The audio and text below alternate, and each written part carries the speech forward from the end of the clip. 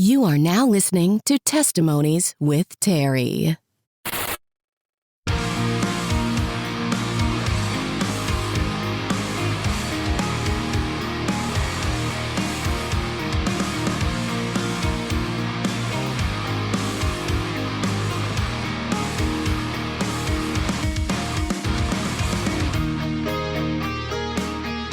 What's up, everyone? Welcome to the 9th and final episode of Season 2 of Testimonies with Terry. I'm your host, Terry Skaggs, and you can follow me on Instagram and Twitter at TWTerryPod and by liking the Testimonies with Terry Facebook page. So for the season finale, I'm going to be sitting down with a couple that I've known for a long time. I've seen them grow from high school sweethearts to breaking up and getting back together again, to getting engaged, being married, and becoming parents.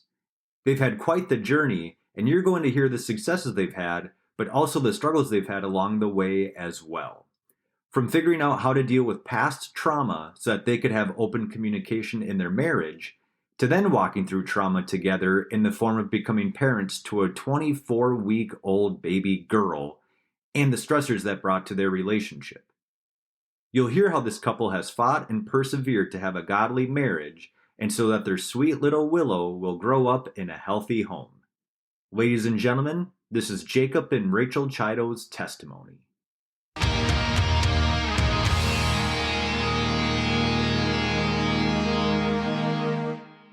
All right, everyone. I am here with one of my favorite couples. We got Jacob and Rachel Chiado on the show. Thanks for coming on the show, guys. Yeah, thanks for having us. Man, I've known you guys for, it's got to be over 10 years now. Jacob, Yeah. I was a youth leader for you when you were just this little scrawny moped of a teenager. And Rachel, I've known you for 10 years, seen you grow from high schooler into the adult and the wife and the mom that you are now. So it's been cool to see your journey over the years. And I know that you guys got a lot to your story here. So let's just jump right into it here. Rachel, let's start with you. Where did you grow up and what was family life like for you? Yeah, so I grew up in Sartell, Minnesota, and been there my whole entire life, so I don't really know anything besides that. But I'm the youngest of 5. I have 3 brothers and 1 sister. And I grew up going to church, grew up, loving the Lord. And I don't really ever remember a time that I, accepted the Lord into my life, but he was just always there. And that was our lives. Being the youngest of 5 has its struggles at times, of course. And I was kind of a chubby kid. And so I got picked on a lot. And I was also the youngest. So I was the spoiled brat and got all the right attention from my siblings. It was great. Growing up was pretty basic, I guess. My parents have been married for 38 years and just nothing crazy that happened. But, it being the youngest just was interesting. How did you cope with that, Rachel? Kind of being picked on for how you looked, and then obviously being the youngest, you're always a target. So how did you cope with that? It was really hard for me because I never really felt like I fit in or like I was wanted. So I have 2 brothers, a sister, and a brother, and so my one sister acted like a tomboy all the time. And when I came along, I wanted to do all the girly girl things, and I just didn't feel like I totally fit in with everything that they had before I came. So I felt unwanted and unloved. And I remember when I was about 7 years old, I just felt like I hated myself and I hated my life. And I felt like no one in my family loved me. And I felt like my mom had to love me, but I felt like, I just wasn't wanted. And so I just really struggled with those self-image and like those types of issues.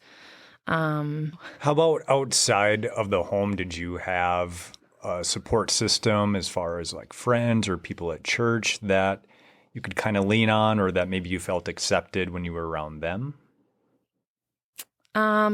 I mean, I guess so. We had a number of different families that we would all always hang out with, like at church, or we did homeschooling things together. So, I mean, I guess I probably did because those were like my safety nets, because I knew them my entire life. And there was one family in particular where there were two girls that were kind of around my sister and I's age. So, I guess kind of, but I mean, at a young age, it was just my mom. I didn't really feel like I had that until I got into my teen years, probably. Yeah. So it sounds like childhood was, not all bad, but definitely had its rough points. Yeah. What were the teenage years like for you then? I mean, we've talked about this in the past with multiple guests of how those teenage years can really be difficult and awkward because there's a lot of changes going on. So what were your teenage years like? So some of my siblings were starting to move out by then. And I was homeschooled. So I, didn't have the whole high school experience that people typically do. I did, electives and sports and stuff. So I had a little taste of it, but, just very different in that aspect where I was home all the time. And I was home a lot with my youngest brother and sister. And so I had a lot of like alone time, a lot of me time. So I read a lot of books and I listened to a lot of music and like that type of thing. And then, like I said, I was homeschooled. So whatever stuff we would do with other families and connections that way. But I don't know. It's not like I ever had anything super crazy that stuck out. It was just, that was my life for a long time until, you get a little bit older and you get a job or you're driving and stuff like that. Sure. Yeah. With kind of the lack of connection, the lack of maybe support you felt at times throughout those childhood years, what role did your faith play? What role did God as a father, as a friend play in your life during that time? Yeah. So that was always the thing that I would go to. So I would always go to my room and blast worship music and just spend time reading or praying or just listening to music. That was always my go-to. Anytime that I had time, I loved that. I loved music. So that was something I chose to do, but also something that I would do as my go-to whenever I felt, what do I do next? I don't know, as far as like hurts. Once I started to get a little bit older, we started attending River of Life. And then I was a part of a small group for kids that were all my age, which is around the time that I met you. I don't know when we officially met.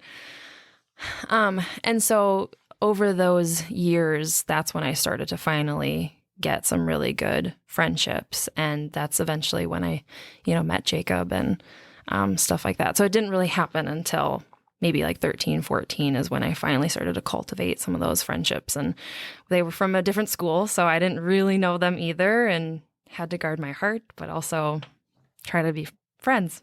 Yeah. So 13, 14 years old, you met those friends. Was that the first time in your life that you can remember feeling like you fit in, feeling like you're accepted, feeling like you're part of a group of people? Probably. I mean, because I was the youngest, I felt like I was always following my siblings around and they never wanted me there. And following their friends around, and obviously some of their friends became my friends, but I always felt out of place. Like I wasn't really supposed to be there, but I had to be there because, we were all girls or whatever, however it goes when you grow up with other girls your age. But yeah, and obviously I loved those people, but I still always kind of felt a little out of place because they're always older than me, or are they more my sister's friend, or are they more my friend? And you kind of play that mental game of like, which one do you like better? And I always hated that. Like, nobody wins that game. Yes. So yeah, when we finally started doing small groups, that's when I was like, these are my friends, and these are the connections that I can finally start to have for myself and on my own. Yeah. Yeah. What advice, Rachel, as we're talking, it just kind of hit me that there may be other teenage girls listening to this or younger who are feeling like you felt during that time where they just don't feel like they fit in. They don't feel like they're not wanted. What advice would you give them? Oh, man. try to find things that define you instead of define a sibling or a parent or something like that. I mean, there was, times that I would hang out with a girl because my mom said that this would be a good play date, So try to find things that define you. Like, eventually the small groups is what I looked forward to all the time. And that's what I wanted to pursue, being around all those people and whatnot. So I don't know. And maybe that's a sport, or maybe that's, for me, it would be music or something. Because then you find those connections through the things that you love doing. Yeah. Maybe. Yeah, Rachel, that was great advice. And you mentioned, high school is when you met Jacob. So Jacob, why don't we swing the microphone over to your side here and get your story. So same questions. Jacob, where did you grow up and what was family life like for you? Well, my grow up, I guess you could call it, was kind of split. So we lived in Egan for the first few years of my life, and I have two younger brothers, mom, dad, and kind of just, we had God involved, and we were a quote unquote Christian family, but probably to this day couldn't tell you what that's supposed to look like, so I never really doubted anything. But we, I guess growing up, we were always close as a family, and at a young age, you don't really know what's going on, other than you just goof off and screw around and go to school. You come home, and but right around probably 6 or 7, my parents split. That was pretty tough on me because I knew my dad really well. We were all close, but both my brothers were really young, and it was tough. I'd want to see my dad more than I'd want to be at home with my brothers. So it was always kind of a fight that we fought, I guess, as a family. Do you know why your parents split? Well, I've been told, I don't know why, but I've been told, and things start to crank in your head as you grow up. Like, oh, that makes sense. This happened. So they split up because my dad had been seeing another woman for, I'm guessing, a few months. And was sleeping with her. And when my mom found out, she just snapped instantly and was like, "You're out. See you later. You can be involved, but I don't want anything you hear for long." And I remember them fights. It took a little while for them to actually separate. So I couldn't put a timeline on it, but I remember he was around and they would fight about it. So. And you were 7 years old when they split? I think I was 6. 6 years old? Yeah. And so, like you said, you were the oldest of 3, and now dad sounds like he's the one that moved out. Mom kind of kicked him out. Yep. And now when you're not at dad's, you're kind of left to be almost kind of like a second parent in some situations, as far as just looking out for your brothers, so to speak. What was that like for you, getting that kind of responsibility put on you? I think that was the hardest part.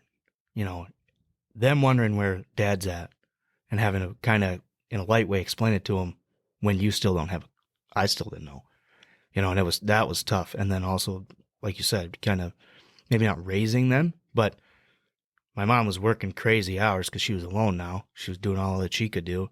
And being home with my brothers, it was kind of, like you said, almost a father role, and just helping them learn things, how to read, how to write, how to, Isaiah learned how to walk at home. My grandparents were a huge help with that, because they were able to spend some time with us, and we moved in with them for a little while. And it was a lot, but I didn't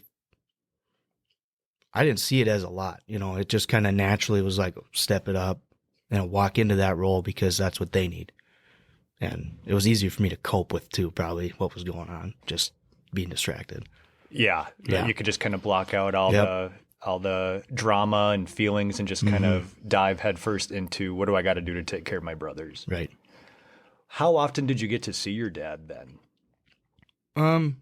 Well, being that he wanted to be in my brother's lives as well, he would kind of just come over and hang out with us for a few hours at a time. And mom was cool with that? Yeah. Yep. And sometimes it would be like she needs to run errands, so he would come home and hang out with us till she got back. And that was it, A handful of times he'd take just me shopping and then back to his house for dinner, and I'd stay the night and I'd go to school the next day, and then I'd come home to my mom and my brothers. But that wasn't that I could remember a whole lot of times. So I feel like I saw him quite a bit, but at the same time, you always feel like you can have more. Sure. So it sounds like your mom and dad were able to get along for the most part for the sake of you guys. For the sake of us, I think is what it came down to. So your parents are split, Chiado. You mentioned that grandma and grandpa played a pretty big role in your guys' lives. You moved in with them for a period of time. Talk to us more about how did grandma and grandpa influence you? Well, they were always there, even when my parents were together. I remember, we'd all ride with them to church sometimes if we couldn't fit everybody in my mom's little car, which was a lot. And they lived not too far away, so they would come over. We'd all get in their van and go to church as a family, which was nice. And that kind of, that's the level of our family's relationship, is we were just all close. And, even my aunts and uncles, we were all pretty tight-knit. But I guess we moved in with them after our house burned down when I was 6, which was right in my dad moved out, and then a couple months later, our house burned down. So then we had no place to live. Wow. That is a lot to happen in a very short period of time. Man, I can't even imagine. What was that like as a little 6-year-old? And I mean, did the house completely burn down? Was everything lost? Yeah, it was, we lived in a trailer park. So it was like a mobile home type house. And they're made of sticks, like kindling. There's nothing to them. And so basically I do remember seeing the fire start, and it was my brother playing with the lighter before they had the safety lighters. And he thought it was cool because he had seen me do it. So I did. Example, I did own that guilt for a long time, but definitely not a good example. And yeah, I mean, the whole closet started on fire, and then I just remember, hey, we just learned in school how to call 911. So I think I just ran into the living room and told my mom, hey, your closet's on fire. And she thought I was joking around, because that's what I just joke around. And I was like, no, seriously, Jeremiah's stuck in the closet and it's on fire. Wow. And she instantly got up, ran back there, and told me to call 911, which luckily I knew how to do, kind of, from school. And so that was, it was bang, bang. It felt like a long time, but I'm pretty sure that they had all told me it was 10 minutes time before that house was gone. Wow. So, and the fire department obviously couldn't make it in that time. So by the time they got there and tried to put the fire out, there was hardly anything left. So that was crazy. Man, I can't imagine. Can't even imagine. Yeah. My youngest brother was a year and a half-ish, something like that, really young, and he was asleep in bed. So he didn't, I don't know. I still don't know how my mom did what she did in the time that she had. Right. Got both my brothers out, got my middle brother out of the fire, and all he had was a little, well, not a little, but his arm was burned from some clothes that fell on it, which that's crazy. Yeah. God definitely protected him in the midst of what was going on, and gave my mom the guidance and the wisdom to act quickly, For sure, yeah. God's hand was definitely over you guys then. So, wow, a lot for little Jacob to have to go through those first few years of your life. What's kind of the next part of your story? Well, we moved in with my grandparents, and I remember, I loved it because it was, the house we had more than just a trailer house. And so I could kind of go do my own thing and not have to feel as bad leaving my brothers, because my grandparents were around and they could hang out and play with them, and I could actually do something. It felt like forever that I was on my own and could actually do something for myself. You could just be a kid. Right. And I think my aunt was living there for a while, and so she had some fun Star Wars toys and stuff, because I was super into that. And that, it was a fun few months. And then I think I was at school, and my mom had called the school and said she was picking me up early. And this was probably 5-6 months after our house fire. And I didn't know why. I was like, I'm leaving school, sweet. And she picks me up and she's crying and all emotional. And both my brothers were with her. And she said, hey, we have something to talk about when we get home. It's pretty serious, We get home, and her and my grandpa and my grandma all kind of sat us three down and explained that our dad was dead. And, my brothers didn't know what that was. They didn't really know him, and they were so young they couldn't really process. So they just kind of, okay, And I remember I don't even know if I cried in that moment, but I do remember just shutting down, and I just separated myself and spent some time by myself for, I couldn't even tell you, maybe it was hours, could have been half hour, but it seemed like a really long time. And I probably don't even think I processed it till a couple days later at the funeral, when I saw the woman that he was living with. Her name is Anne, and she had a baby with her. And I just lost it, cried right there in her arms, and I felt more secure for whatever reason doing that with her than I did in front of my own family. And I just don't know if that was just because that was the closest thing my dad was at, was at that time he was living with her, and that, I guess that maybe represented that to me. I think it could be that, but I'm also wondering, within your family, you kind of had to take on that protector role and Sure. take care of others. I'm wondering with your dad's girlfriend at the time, if with her you just felt like, again, I can just be a kid with her. Like it's not expected for me to hold it together for my family. Right. And I never put two and two together for a while, but that baby was with her it was my dad's son. And I was holding them the whole funeral and playing with them after. And I don't know how long it lasted at the funeral with the emotional side of it, but I remember it came and went pretty quick. And maybe that's because I just didn't want to show it in front of my family. That's very possible. How did your dad pass, Jacob? Well, he committed suicide in the house they were living in together. Oh, so she actually found him when she had come home from whatever she was doing. And then I think they immediately called, obviously 911, but then the next person was my mom.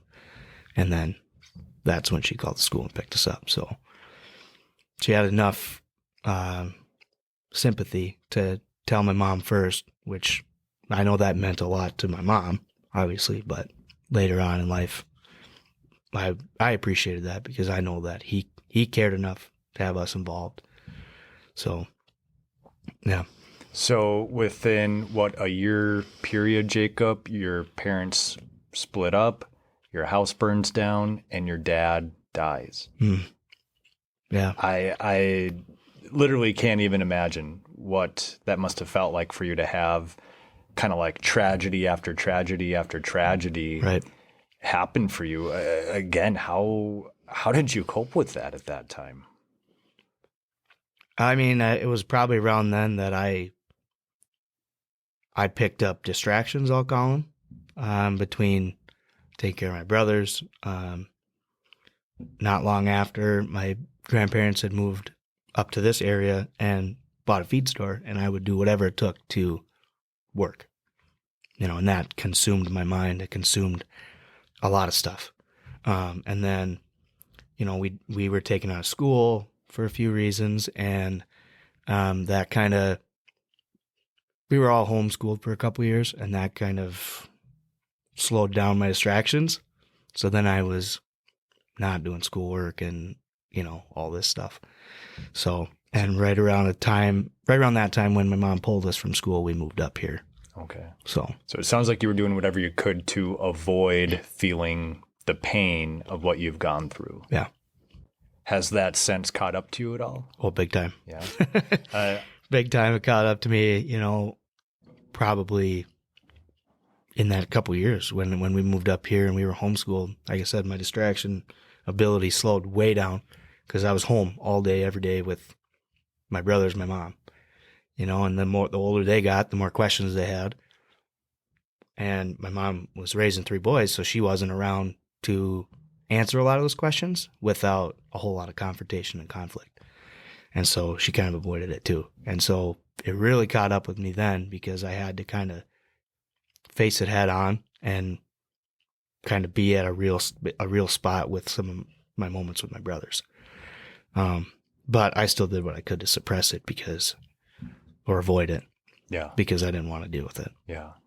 What was your relationship with your mom like during this time, Jacob, with her kind of being that primary parent in your life?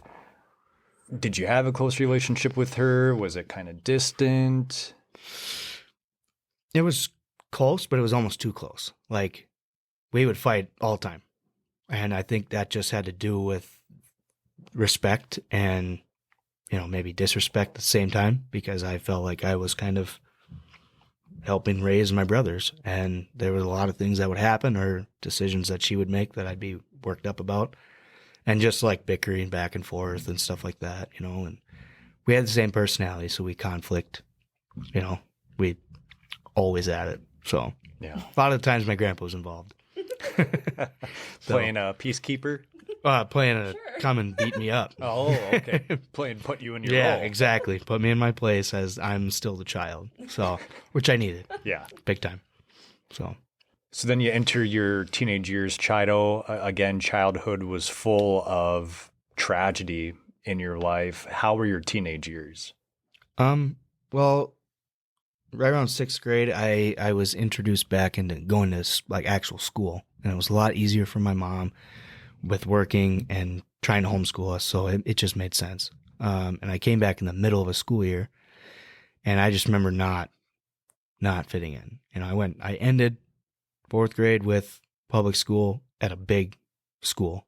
And then I come to small town Richmond, Minnesota, and it's a smaller, close knit, all the kids are in one class. And I definitely didn't fit in. It took me probably almost my whole 6th grade, half the year, to really feel like I had a couple friends that I could rely on. But in 6th grade is like 11 and 12. So I was still working as much as I could at the feed store with my grandparents, and they were more and more and more involved with me and my brothers because the feed store was like a block away.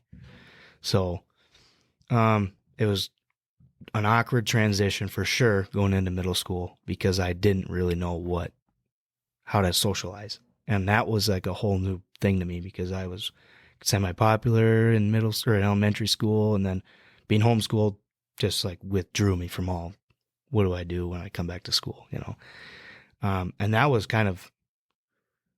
it was kind of dark, but it wasn't like I was depressed about it. I just kind of felt out of place. It was tough, but I knew I had my brothers and I had a couple decent friends. But then going into middle school, I played sports and got involved and distracted myself as much as I could, and still worked. And probably right around the end of my 7th grade year, my grandparents had bought a hobby farm, and they were kind of working on getting out of the feed store business and selling. And they had bought a couple horses, and it was just it was a transition, but it was awesome because they had land and we had horses. And my mom had bought a camper, and we left that out there so we could spend the weekends out there, and it was kind of fun. But then my 8th grade year, my mom was going to school for a year to try to get her master's degree, and she had one semester left in the fall. And I remember she was studying and doing all these things and working crazy hours, and I had come home from, I think, a friend's house, or I was doing something on a weekend day, and we'd eaten dinner, and I had offered to do the dishes, which never happens. I'm lazy, I don't like to clean or cook or nothing. So Well, at least you admit it. yeah. So, and I had offered to be nice because I remember thinking how much my mom was dealing with stress and how it was affecting our family and stuff like that. And she was working on training his horse. And so I gave her some time to go ride. And for whatever reason, my grandpa and my next brother under me, Jeremiah, had decided to follow her on the golf cart down the driveway. And then I think she usually kind of took off down the one road, and went a couple miles and came back. It was usually her route. And so they had followed her, and she got about to the end of the driveway, which was probably about a quarter mile from the house. And she had turned the corner and was going into like a trot. And then she was trying to get the horse to be more cooperative at a gallop. And so the transition from trot to gallop, the saddle was loosening from the horse breathing and everything. And she went to shift it instead of slowing down and stopping and getting off. And she had fallen off to the left side and hit her head and fractured her skull. And I mean, it was a timely situation, and definitely by my grandpa's intuition and probably being led by the Holy Spirit to make his decision to follow her. He was right there and immediately called 911 and called back to the house and kind of told us what was going on. And she was airlifted to St. Cloud within probably 15 minutes. It was quick. Their response time was ridiculous. So, yeah, I mean, I was 14, so it was looking, to me, it felt like looking like a normal life for a while until that happened. And that was hard right before high school started. You know? I mean, yeah. And then trying to explain that to my brothers, who Jeremiah witnessed it. So that was tough. Man, what were the results of Mom's injury? Well, right away, she was in a coma for, I want to say, a couple weeks. And they had told us, like, when she wakes up, there could be a lot of things, or there could be hardly anything. And she had so much brain swelling, they did have to take out part of her skull for a while. And the plan was to put it back in a few months when things progress and whatever. And when she had woken up, she was blind and didn't have a whole lot of recollection of memories or who people were. And that was a process, to get all that back for a few months. That's all we focused on was, she would ask, "Who are you? Why are you here? What are we doing here?" And that was like, it got annoying, but at the same time, I think just through the annoyance, it was just stressful, because every time we'd go there, she didn't know who her kids were. She didn't know her parents. She didn't know where she was. And that kind of continued throughout. So, I guess the consensus was that it was just a traumatic brain injury with a stroke at the same time. And just the parts of her brain that were damaged were critical thinking and memories, and obviously her eyes.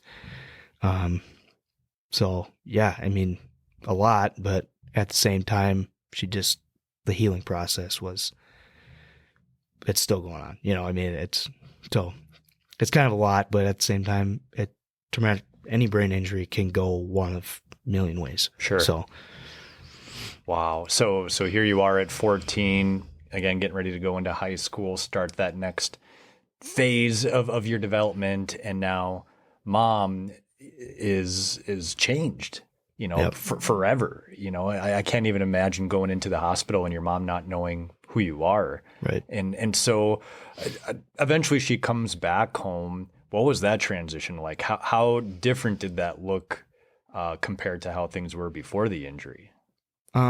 She didn't really come home she was in the hospital for sure at St. Cloud for 9 months to a year. Wow. And then we had worked her into a home where they could kind of help her, and she bounced around from different homes, and there was some issues with staffing and some stuff like that. And she's in the cities, and then Red Wing, and then back to Paynesville. And then we finally just said, well, let's just do everything at home, because then we're not traveling. It's more consistent, and we can be with her every day. So we kind of all took on that role of, okay, we're all going to pitch in and help. And it was a lot, but altogether through the probably year process of her going home to home to home to home to home, we all just decided it was enough. So she came home, and that was good, but it definitely was challenging, because it was still the same, who are we, where are we, what are we doing, and it continued. And then there's some PCAs coming and going too to help out, and that was, strangers in your house is never an easy thing, especially for overnights and stuff like that. So sure, man. So dad is dead. Mom is mentally, emotionally just not there, Mm-hmm. just really changed from where she was at. I'm so thankful that you had your grandma and grandpa during that time, Chiado, because man, what would you have done if they weren't there for you guys during that time? Yeah. Well, they stepped up and took us in, without a hesitation at all. They were old, they were retired. All of their kids had pretty much kids at that point. And without hesitation, they stepped in and took us in, and I feel like I'm always going to owe it to them. I'm just so grateful that we didn't end up a part of the foster care system, because that was the alternative. Yeah. And, keeping us 3 boys together was, I mean, I'm not going to say life-changing, but it could have been, you know what I mean? You obviously don't know what would have happened. So. Yeah. So Rachel had mentioned that she had, kind of difficulties feeling that she fit in, that she was accepted. I can't help but think, with your dad being dead, your mom being mentally handicapped now, did you struggle with that? When you would go to school, you saw other kids' parents come in, their mom, their dad. How did you deal with that? It was hard for a little while. I mean, like I said, I was transitioning from like middle school to high school. And so word spreads fast in a small town. Everybody knew what happened. And like the first week of school, all my teachers were like, if you need to leave and take time for yourself. And I'm like, I don't really want your pity, because everybody's already making this awkward, but that was also hard too, because like you said, I had friends and they had both their parents, and it was a little tough to go into their lives, and hang out as friends do. So sometimes I would hesitate hanging out with people, and I would just stay home, or I'd go the other route and I'd be out partying and doing the opposite. I'd just want to be around all these people and, screw around and just be a kid. But I don't think it really affected me too much.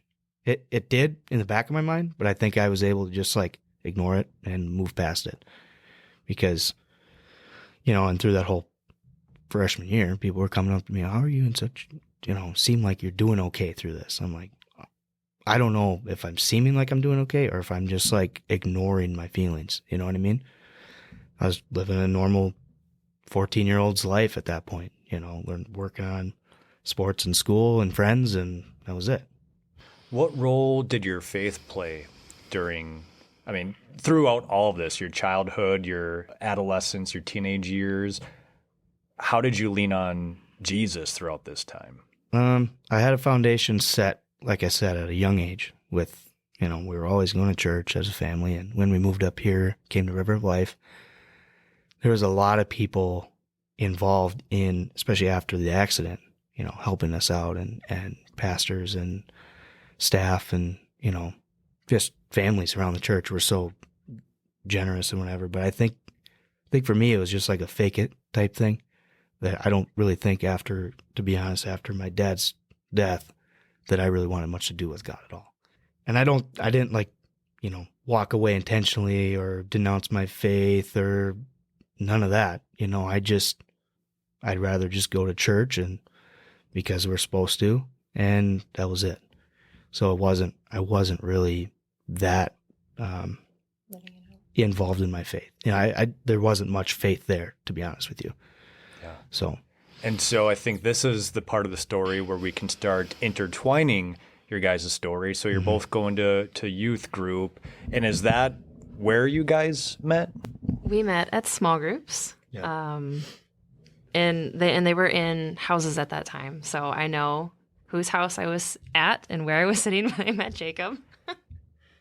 I was new, so we went around the circle and I got everyone's names, and I remember seeing Jacob, and at that time, he was this, I want to say, scrawny little guy with a lot of hair. He had like I would call it the skater flip or whatever. Oh yeah. But I remember thinking that he was the best looking guy in our group. That was the first time we met, and we were going into 7th grade. So how old were we? 12? Something like that? 13. Jacob, yeah. Do you remember that night? I couldn't tell you the night. I'll tell you that. Because like I just, you go to a small group, and it was early on. So I think I'd only been there a couple times. I think we started like July or August. And I remember Rachel, but like I said, I couldn't put you there the day where she was sitting, who she was by. I don't have recollection of that. Yeah, no. I mean, but yeah, I remember those early days when we met for sure. So then how did you guys develop that friendship? I mean, part of me wants to say maybe you should answer this question. So I knew that we were friends. We kind of were in the same friend group, I guess, just because we were in small group together. But I feel like we didn't really become friends until after your mom's accident. So if you say it was 8th grade, that summer, I was at, junior teen camp up in Alexandria. And at the time, Pastor Kirby had come up and onto the stage and said, hey, everyone who's here from Cold Spring, we have a pretty serious announcement to make. And we just found out that Jacob Chiado's mom is being airlifted to the hospital, and she's having a severe incident, brain trauma or whatever they had said at the time. And so as a whole group, the entire room, so however many hundreds of kids, we were all praying over Jacob and their family. And that night, I was just imagining, like, if I were in his shoes, how he must feel so alone. And so I just remember praying that the Lord would bring good friends to his side so that he could struggle well. And as I was praying, I felt the Lord impress upon me that I needed to be a friend to him. And so I was like, okay. And so after that moment, that's when I was more intentional being around Jacob. So I don't know how much we interacted, 7th grade, but I remember, after 8th grade was when we really connected. Yeah, I don't want to say that I avoided hanging out with you, but most of the girls at our small group, I wasn't into hanging out with them, or, I was just showing up to play sports and, like I said, kind of just doing what I'm told to come to church stuff. And like it was an obligation. Yeah, it was, but it was also a choice. I had fun there, so I came. But yeah, I don't really think until probably after my mom's accident was when I had noticed that we started to actually interact with each other. And maybe it was shallow at first, but, I thought she was attractive. So it was kind of one of those, like, I'm just going to see where this goes, and we'll still be friends, but I'm definitely into you and type stuff like that. So, yeah. At what point did you guys kind of start talking about those teenage feelings and wanting to get together and actually dating? I don't really think I hesitated in telling her that hey, I think you're cute and I kind of like you, and that was... You're just putting it all out there. What do you got to lose, right? You're an 8th, 9th grader. You got nothing to lose. So. Right.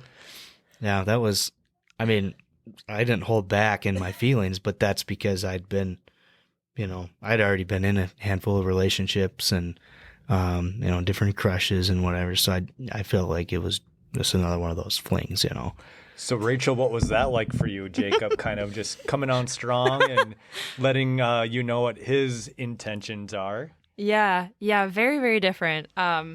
So my family is a little bit more strict with things. So I grew up with the idea that, I wasn't going to date until I was 18, and I could group date when I was 16. And, being with someone else was like, it didn't happen. So when he started saying, I think you're cute, or we should hang out or whatever, I was like with friends, okay, whatever. And he had made it pretty obvious in certain times that he was very, very serious and flirting with me. And I was like, I really don't know what to do about that. I'm just trying to be nice to you. And so for me, it was like, this can't really go anywhere. So we'll just be friends and that'll be it. Yeah. And those conversations sucked. Every time that she'd tell me, no, we can't. It's like, why? You don't have to listen to your parents. That's what I did. I didn't tell them everything that happened all the time. I just did it. You just be secretive. That's the fun of being a kid, Goes to show the difference between your two upbringings, right? Sure. Yep. So then with those rules in place, did you guys like legitimately date during high school? Did you like kind of superficially date during those years? Like what did your friendship / relationship look like throughout that time? We were always like close friends for sure, and close friends with feelings. But I had kind of done the unwise thing, and I didn't give up on her, but I had pursued other relationships, and was pretty serious with a couple of them, and then she finds out. Well, we drew a little bit apart for a couple summers, and yeah, like we weren't like dating, but people would say dating without the title, Yep. because they knew we liked each other and we were like best friends. So yes and no. Yeah. So, obviously Jacob made it very evident that he had feelings for me, and I knew that Jacob had a past, and I knew that he was hurting, and I knew that he was struggling as a person and struggling in his faith. And as someone that grew up in the church and with, all of these beliefs, with my family and my whole entire life, I was like, here's the thing, man, if we're ever going to date, you got to change. And so like, he knew that I liked him, but I was like, it's never going to be serious until you kind of get your life together. And so, there was flirting with danger for a while. But it was really just trying to cultivate that friendship. And there were a few summers that we spent in Albert Lee. We were both like counselors and staff members at a summer camp for 3 months the first time and a month and a half the second time. Mm-hmm. And so that was really good for us because we helped this camp run and function, and we got to see each other in different aspects, with faith and with leadership and with goofing off with other kids. And that I think is when I really started to see Jacob in a different light, and started to see that he was starting to change and take things seriously. And so then my heart started changing towards him. And I think we were about 15, 16, both of those years. Maybe 17? No, 15, 16. 15, 16. And I want to say your last relationship was around when you were 16. And then I think that's kind of when we both had eyes for each other. So that's maybe more so when things started to grow between the two of us. And it was more of maybe we'll see where this goes until I turn 18.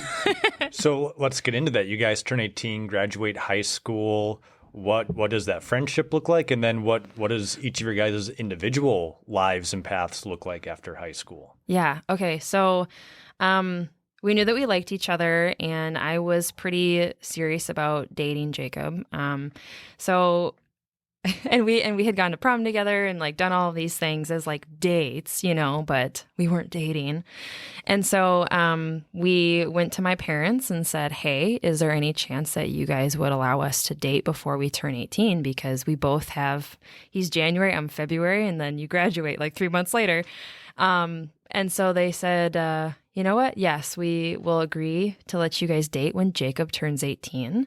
So a whole 7 weeks sooner.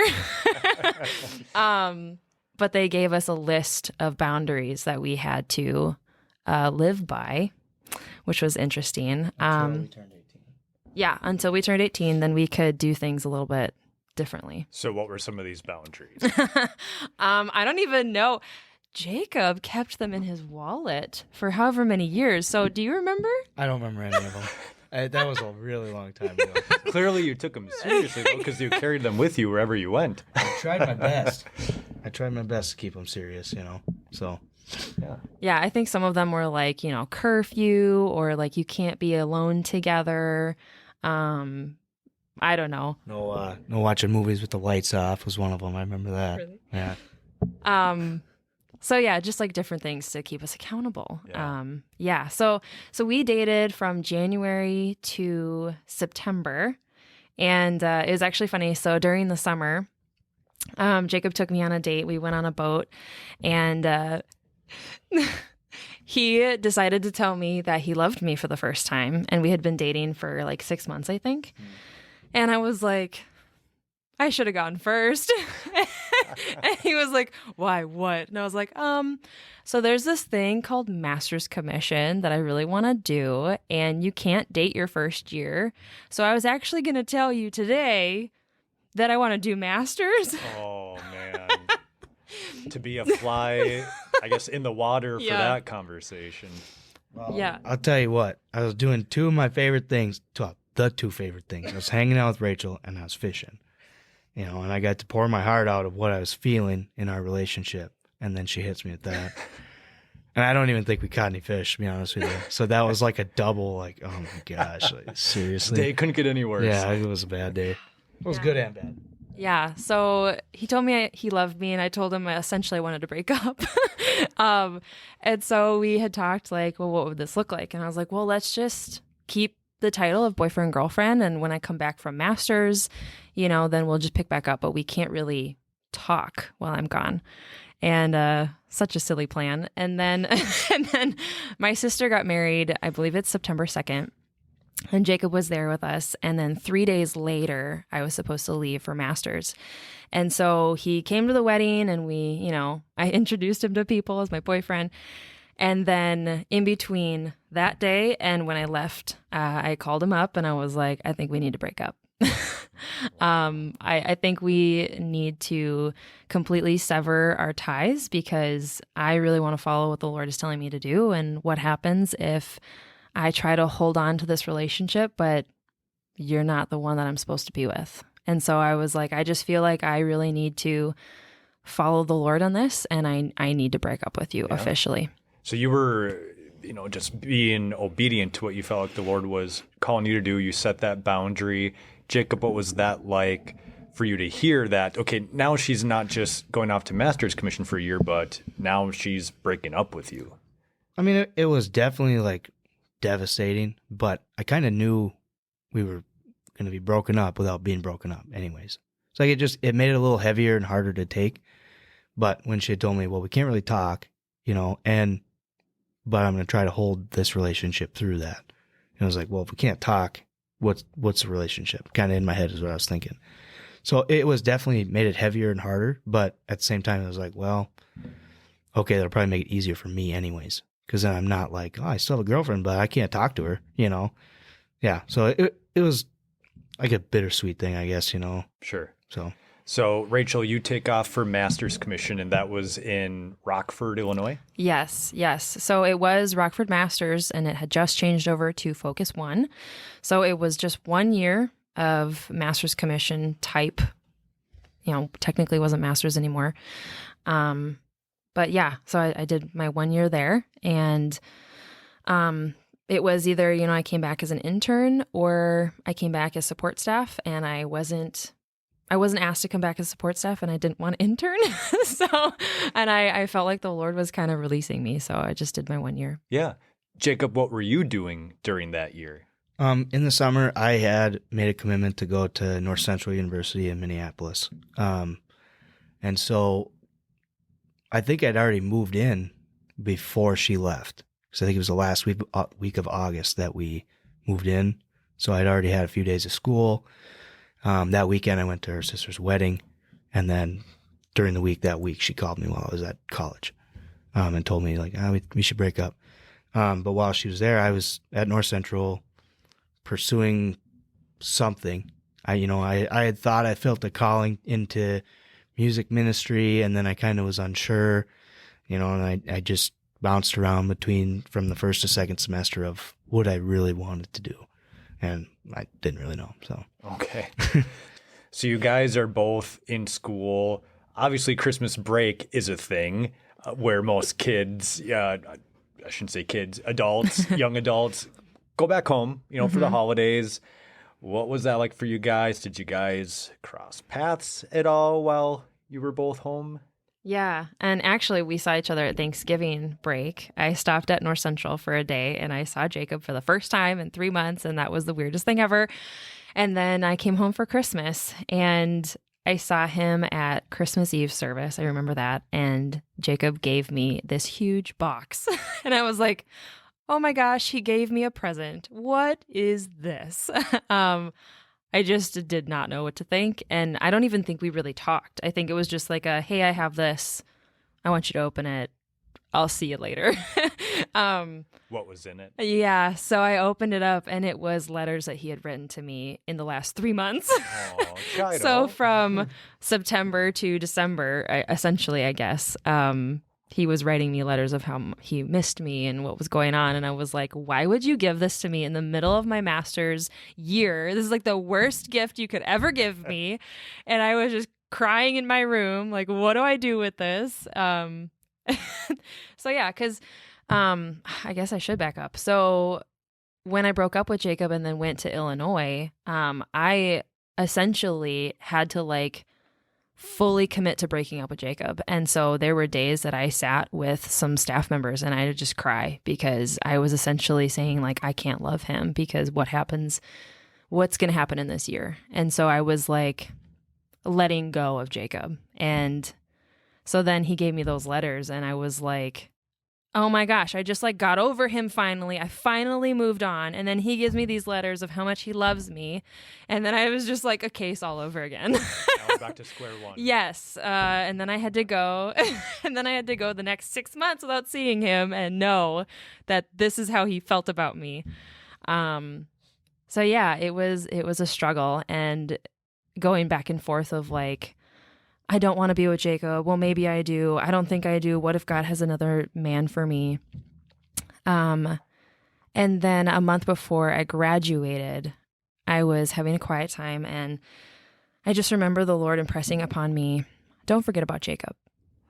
And I had completely like moved on from Jacob at that point. And so I was like, okay, don't forget about him. Okay. And I knew that I was going back to Minnesota at that time. And so I was like, all right, well, I don't really know what that means or what's really going to happen. I think at that point I knew I was going to be doing a second year of master's commission.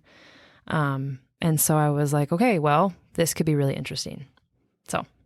So that process of moving back to Minnesota, did you move back in with your parents? Yeah. So for the summer, I was home with my parents. So like 3 months. And then I started here in Cold Spring doing Heartland Master's Commission. So then I was a second year, but it was really different because I was like a first year because I didn't know anyone, but I was in leadership positions because I was a second year. So it was really different.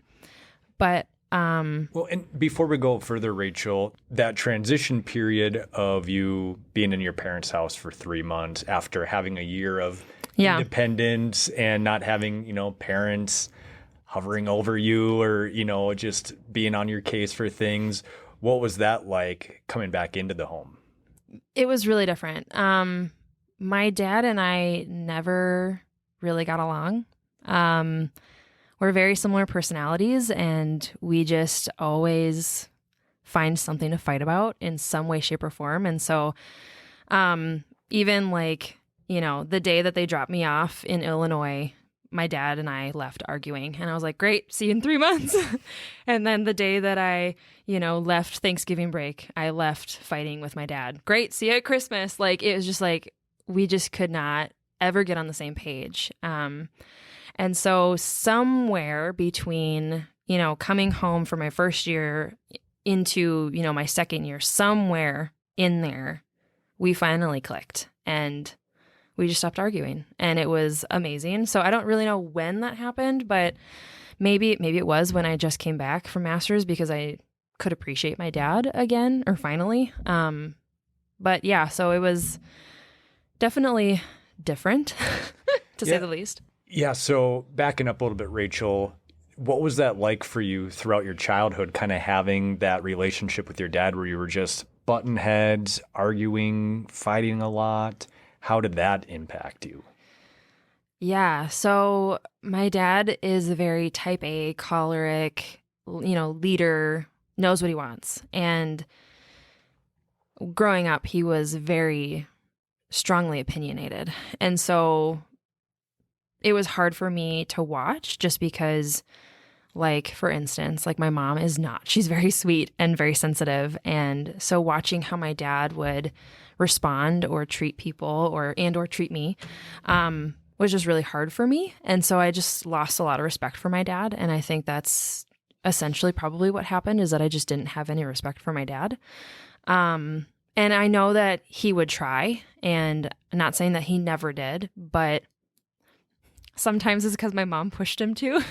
But there were times that, trying to be sensitive and have heart-to-hearts with my dad, that they just never ended up well. And so it was like always just a struggle back and forth of trying to understand each other. But, to him, I was a child, so it didn't matter. I just needed to listen and obey, and that's all that mattered. And I just wanted to be heard, and I just wanted to feel like I mattered. Yeah, to be validated. Yeah. And so there was just always that dynamic of, father and daughter, and we just had a hard time seeing eye to eye. Yeah. So it took a while for you guys to form a healthy, close, positive relationship, but man, praise God that you guys have. Yeah. And it's cool to see how God has just worked within that. Mm-hmm. So going back to you're in your second year of master's commission, Jacob, are you still at North Central? Yeah, I did finish my first year at North Central, and then I came back again in the fall for that semester. And I changed majors like 4 times, Like I said, I didn't really know what I wanted. So then, Rachel, you're back in Minnesota. At what point did you guys start dating? Yeah, so I think I came back in June, I want to say. And I had been back for about a month. And then Jacob asked me out on a date, and we went out, and he asked me to be his girlfriend again. And I said yes. And with limits.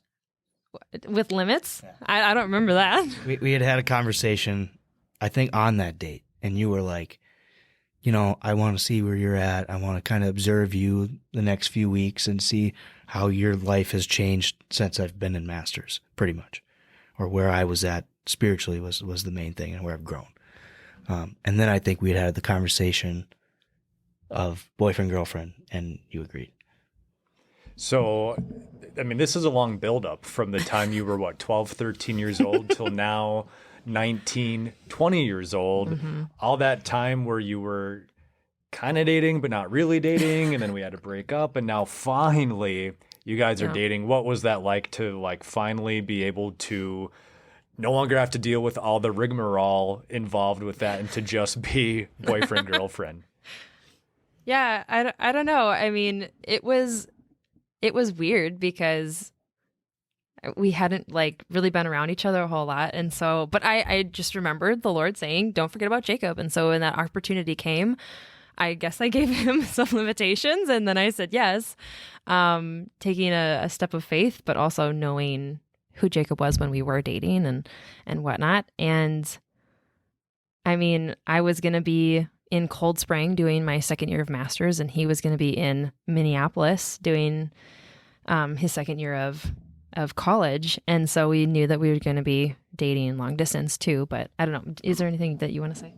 It was a relief because, like you had said, there was limitations. The times that we were dating, it was always kind of like, well, there's going to be something that we, like the Master's Commission thing was a big one. Like, okay, we're going to have to break up. And then, well, now we finally are together. Even though you're going to be in Masters, we can still be together.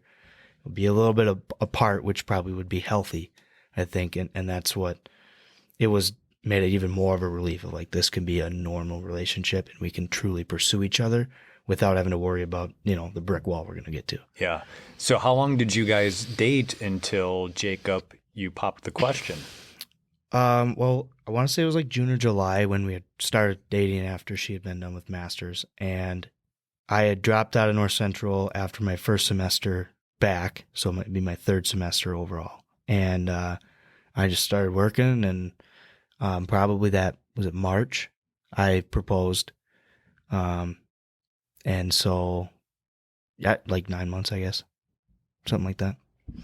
Yeah. And I'd like to stop there and say, so we started dating in July, and September was when my second year of master's started.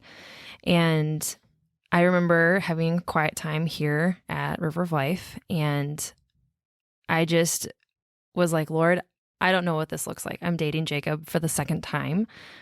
If this is a relationship that you are going to bless, if I have your blessing to marry Jacob, because I had told Jacob so many times, like, I'm not going to date without a purpose. We're both poor. We're both students. Lord, would you provide a ring? And that would be my, without a shadow of a doubt, knowing that you would bless this marriage. And I said that as just like a leap of faith, like, not going to happen, whatever. And then December rolled around, and a bunch of my family members and I were on our way to my parents' house after church. And my mom was like, oh, did you guys hear about Dad getting Grandma's ring? And I was like, what? No. And she goes, yeah. So my dad is one of 13 kids, and his mom passed away. At that time, she had been gone for 8 years. So I guess 18 years? No, 16 years. And his grandma was also gone, obviously. And they had both of their rings locked in a bank, and they didn't know what to do with them. And finally, they had decided that they should do something with them.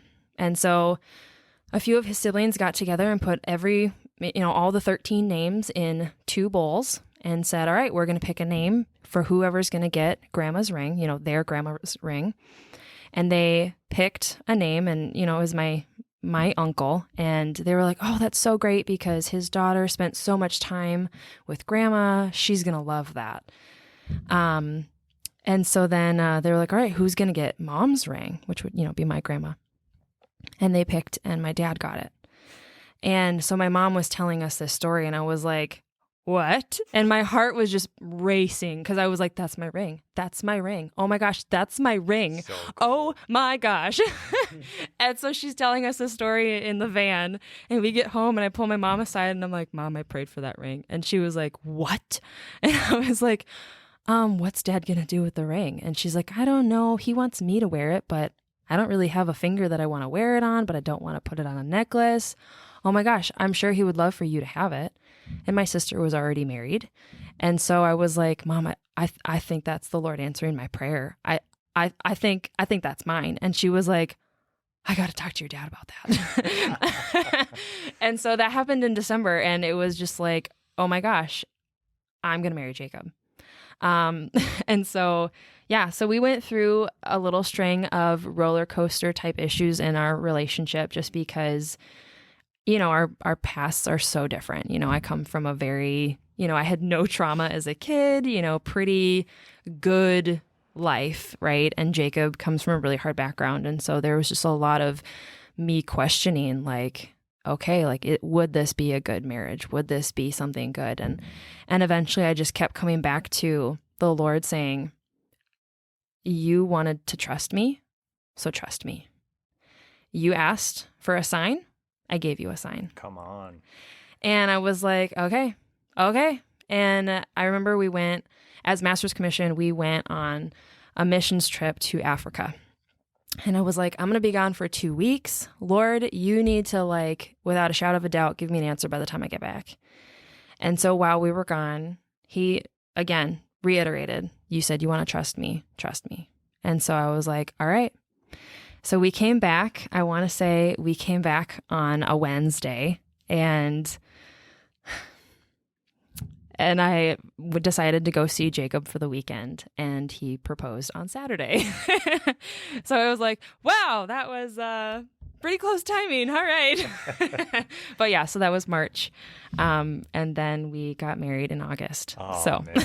So cool. And you guys got married in the youth building, which I just loved. I just thought that was so fitting because I'm sure, that's where you guys had so many foundations laid for the relationship, just talking to each other, in the hallways, in the auditorium there, so many powerful moments down at the altar, I'm sure. And for you guys to get married there, it was just so cool for me to watch because I'm just like, Yeah. wow, like I saw these kids grow and now they're standing, ready to give their lives to God first and foremost, but with each other in the marriage covenant. And it was a great wedding.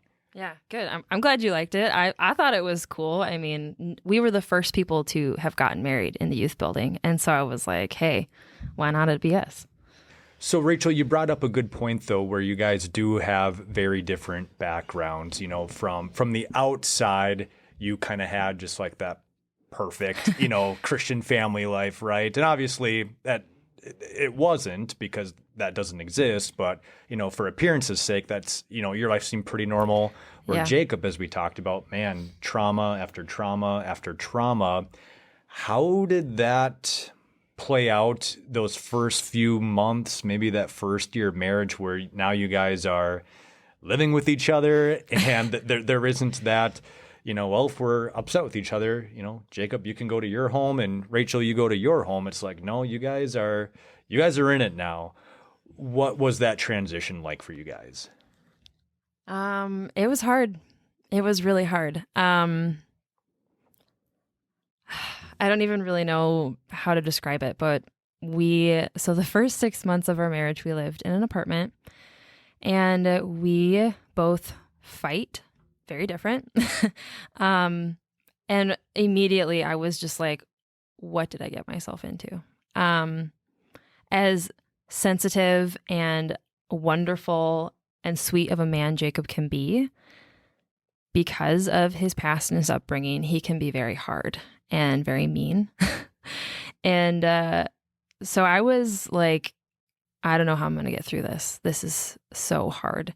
And then on top of that, I'll let you talk, but on top of that, 6 months in, we decided to buy a fixer-upper and completely renovated that house from head to toe for 3 months. And we would go to work and then go work on our house until midnight. 2 a.m., shower, eat dinner, go to bed at 2 a.m., and get up and go to work at 7 in the morning.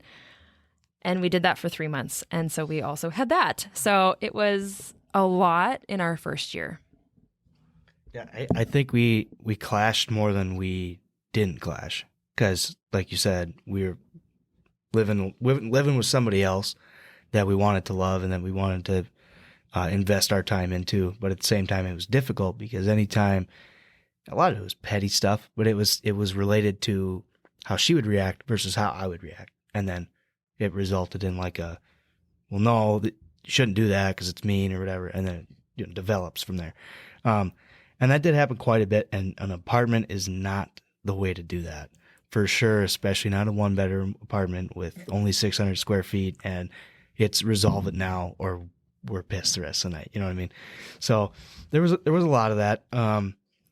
And definitely when we had purchased our house in February, that we had moved in with my grandparents for 3 months. And that was another hurdle because that's my family. That's my comfort zone. It's my comfort level. So it's a lot easier to either go back into my old habits and or, kind of, I wasn't pushing Rachel away, but it was a lot easier to like, well, if we just got in an argument, I'd just leave. Because that's what I did growing up. Yeah. And that was a habit that developed the rest of that year after we even moved into our house. But yeah, I mean, we're the same, but we're different, we love each other so much and we're both pretty sensitive people, but a lot of the time that burned us for that first year because we just wanted to get over it so we can love each other. Let's just fight it out and get over it so we can love each other. And there's a time and place for that. And we've learned for sure, especially after our first year of marriage, that there's a time and a place for that. Yeah. So how did you guys work through that? Did you seek advice, Rachel, from your parents, from other couples? Did you guys go to counseling? Like, how did you learn to fight? Because as a marriage and family therapist, I tell my clients that a lot is that, you got to learn how to fight, because we fight based off what we saw growing up, right? And we're either going to repeat that pattern or we're going to be super aware of to not do that and do the opposite, right? And so how did you guys learn to work through that conflict? It has taken a long time for us to appropriately argue. You know, we were both going through a lot of changes in our own, in our own separate lives. And so we were dealing with things, and then being married to someone who's totally different from you. I'm sure I probably asked my parents for help all the time. Knowing me, I'm sure I probably did. I honestly don't really remember if I asked any of my siblings for help. And I know that I had reached out to different people in the church, but I had never really gotten solid help. And so I know that I felt like I just don't know what to do. And,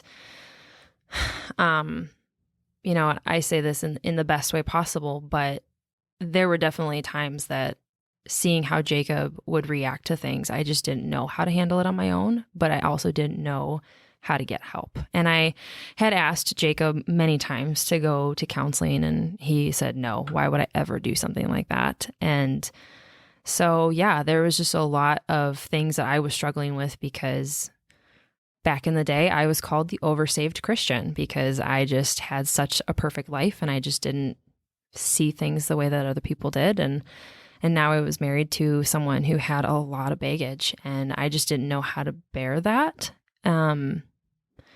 So it was a long process. It still is a long process. So yeah, I don't even really know what to say about those first few years. Well, I think we definitely reached out to your parents together, and they did offer us a course to go through. And I want to say that was like into our second year, like probably right around our anniversary, we started that. And it was like a 5-day thing, but we spread it out over once a week.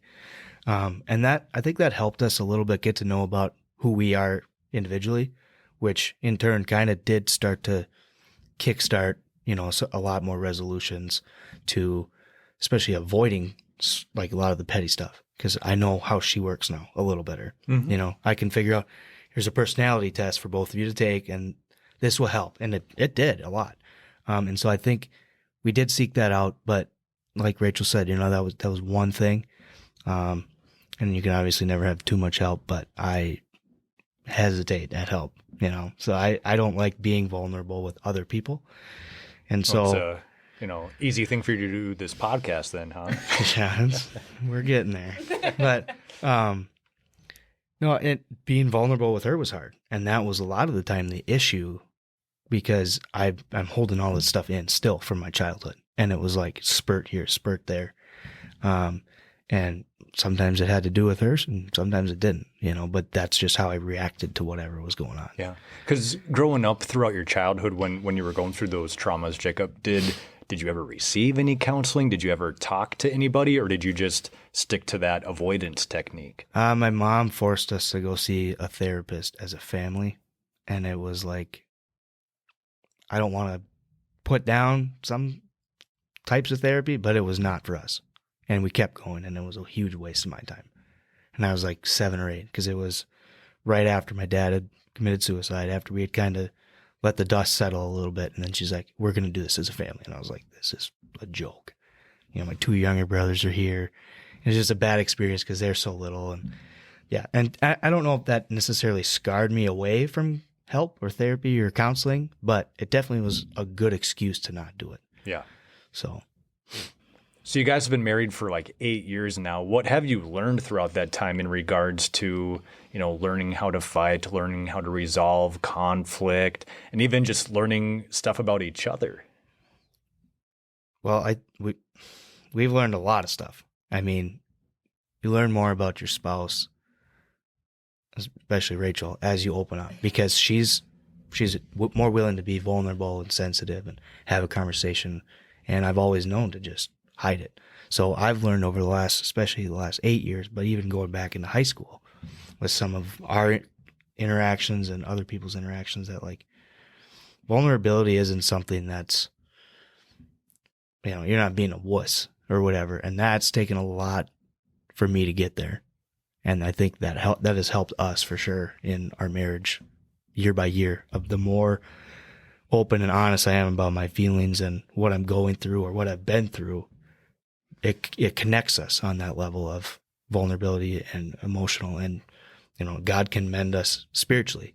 Amen. Because I'm being vulnerable, and because she's accepting it, and she's not judging me, and all these things, and we're able to have that heart to heart. And like, I'd say within the past few years, that's kind of a new thing, and it's definitely helped our marriage for sure. Praise God. Praise God. I mean, yeah, when we think of vulnerability, especially as men, like that's never really a naturally easy thing for us to do. But look at our model. Look at Jesus Christ. He was vulnerable. He was not afraid to sob, at different points throughout his time on earth. And so I heard actually, in the youth building that we're talking about, one of the youth pastors said that sometimes the strongest thing you can do is to allow yourself to be weak. And that just always resonated with me. And so, Rachel, how about you? What have you learned throughout all this? The biggest thing is that marriage and life is a marathon and not a sprint. And that's been really, really hard for me because there's been a lot of moments that, I was scared.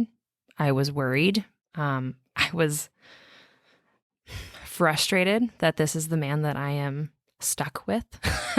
But in the end, I always had to remind myself that this is temporary.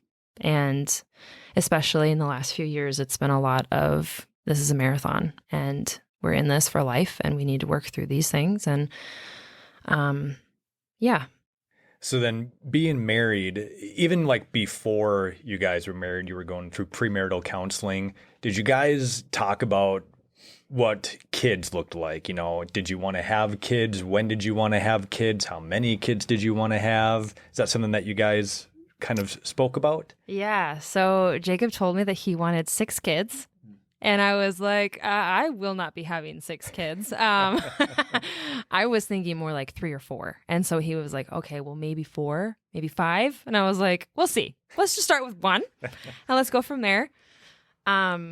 And so, so those first few years of our marriage were a little bumpy. And so it took us a while to feel like, we had gotten a few things in order. And so finally we were like, okay, like, I think we're finally to a point where things are starting to get healthy again. Let's start trying. And so we started trying, and we didn't tell anyone that we were trying because we wanted it to be a surprise.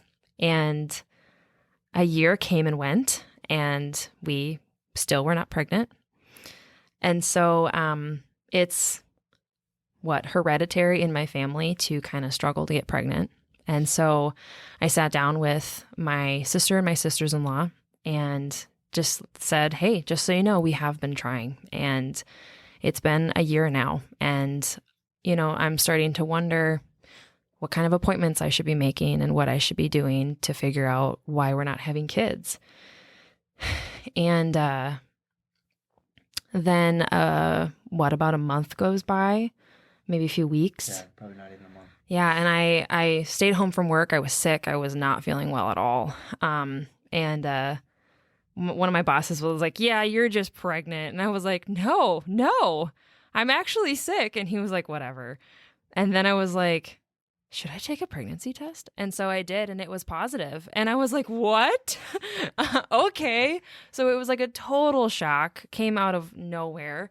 And we were both super surprised and obviously elated to know that we could get pregnant.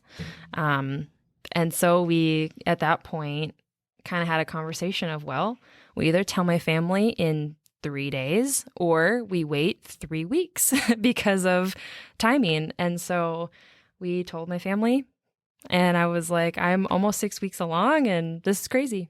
Wow. Praise God that after that year, of just struggle and probably frustration, that finally happened. Mm-hmm. We were expecting a baby. And so what was the pregnancy journey like for you guys? Yeah. So obviously, like the first trimester, I was really sick and had all of the feelings. It was terrible. And then things got normal. Like I got back to feeling like myself again, and everything calmed down. And we decided to find out the gender. And so we did a reveal and found out that it was going to be a girl. And so we did that at 20 weeks. And then 24 weeks came along, and I was with my sister. It was a Monday, and we decided to go shopping, and the baby was kicking and moving, and we had gone to the bathroom, and I was like, oh my gosh. I was talking about a pregnancy issue, and my sister was like, oh, I think you lost your mucus plug. And I was like, what? She's like, yeah. I was like, well, if that's my mucus plug, then I lost my mucus plug this morning too. And she was like, oh, okay. Well, sometimes people have multiples, so that's probably not a big deal. And I was like, okay, interesting. And, we hung out, and on my way home, I thought to myself, wouldn't it be funny if I gave birth tomorrow? Just as like a total, like, that's not going to happen. And then went to bed and woke up as you do when you're pregnant and you go to the bathroom. And I was about to get up, and I heard something hit the toilet. And I was like, I looked, and I started bleeding. And I was like, okay. So I was 24 weeks, 3 days at this point. Well, I know you can bleed when you're pregnant. So I sat there for what I thought was a few minutes. Maybe it was only 10 seconds. And then I was like, this is like a stream of blood. Like, it wasn't just like one drop. And so then I started screaming for Jacob to wake up. And so he stumbles in, and he's like, what's going on? I said, I'm bleeding, and I don't know what's going on. And he's like, well, what do you want me to do? And I said, well, I think we should call my midwife. And so we called her, and thankfully she answered. And she's like, what's going on? And I tell her, and she's like, okay, are you lightheaded? And I was like, no. She goes, well, you should probably go to the ER, and I'll meet you at the ER. And I was like, okay. And so we start packing a bunch of things, and she calls me back, and she's like, I thought you were a different Rachel of mine who's 39 weeks along. Are you okay? And I was like, I mean, I think so. And so she was like, okay, well, you need to get to the hospital as soon as possible. And so we were like, Yeah, the tone oh, changed. yeah, she changed. So then we were like, oh, this is a serious deal. So we grabbed a few things. We hopped in the car. At this point, it's probably 2:30 in the morning. And so we, call my mom, call my dad 3 times each. No one answers. My brother was living at home, called him twice. He didn't answer, and his phone was next to his head. And so we were like, who do we call next? And my sister at the time had a 3-month-old. And so I was like, maybe she'll be awake. And so I called her. She didn't answer. So we were like, what do we do? We're just freaking out. Like, is this normal? Is this a reason to be concerned? We don't know. And we were about to call someone else. And then my sister called me back. And she was like, hey, what's wrong? What's going on? Is the baby okay? And I was like, I don't know. I'm bleeding. We don't know what's going on. Our midwife told us to go to the hospital. She's like, well, do you want me to meet you there? And I said, I don't know. And so she was like, well, I'm just going to pray with you. What do you want me to do? I said, I have no idea. I don't know if this is serious or not. And so she said, okay, well, I'll see if maybe I can meet you at the hospital. And so we finally get to the hospital. We get all checked in. We finally go upstairs. At this point, we got into a room at 3:15. And, they come in, they put the monitor on the baby. Baby's still breathing. There's still heartbeat. Everything's fine and normal as they try to, diffuse the situation. And so the doctor comes in. He's like, we're going to get the ultrasound and see where the baby's at. And he's like, everything looks normal. Your cervix is out of the way. So if you need to push, but nothing crazy is going to happen tonight, because anything that could happen is super rare and it's not going to happen. So we're just going to be really calm and talk about things, because this can happen, but it doesn't mean it's a big deal. And so we were like, okay. And they were trying to get an IV in me, and every time they tried 3 times, I had a contraction. And I was like, okay, like, what's going on? I'm kind of freaking out. Jacob was the only person that was, there with us. And, we were supposed to have a midwife. And so all of these thoughts were going through my mind at the time. And I'm sure you probably remember more than I do, because all I was thinking was like, I'm going through a contraction right now. I have no idea what you're saying to me, like the doctor. And finally he was like, I'm just going to check you and see if you're dilated. And so he did. And he was like, okay, well, you're like a 2. So, it's not like you're going to be pushing right now. So we don't really need to be thinking about that. And a few minutes gone by, and then that's when a few seconds. well, my sister Kyla, barged into the room around that time, and she was like, "What's going on? Is the baby alive?" And I couldn't even believe that she was there. So it was really funny timing, and the doctor was like trying to calm her down, and yes, the baby's fine, And so in my mind, like 5 minutes had kind of gone by as my sister came in, and we were trying to talk about what was going on, and he's like, "Let me check you again." And so he checked me, and he's like, "Okay, so here's the thing. The first time I checked you, you were like a 2-3. Now you're like a 4-5. And I was like, "What?" "Well, I'm only 6 months along, so I don't need to be dilated to a 10. What do I need to be at?" And he said, "A 6. And I was like, "So I'm like ready to give birth."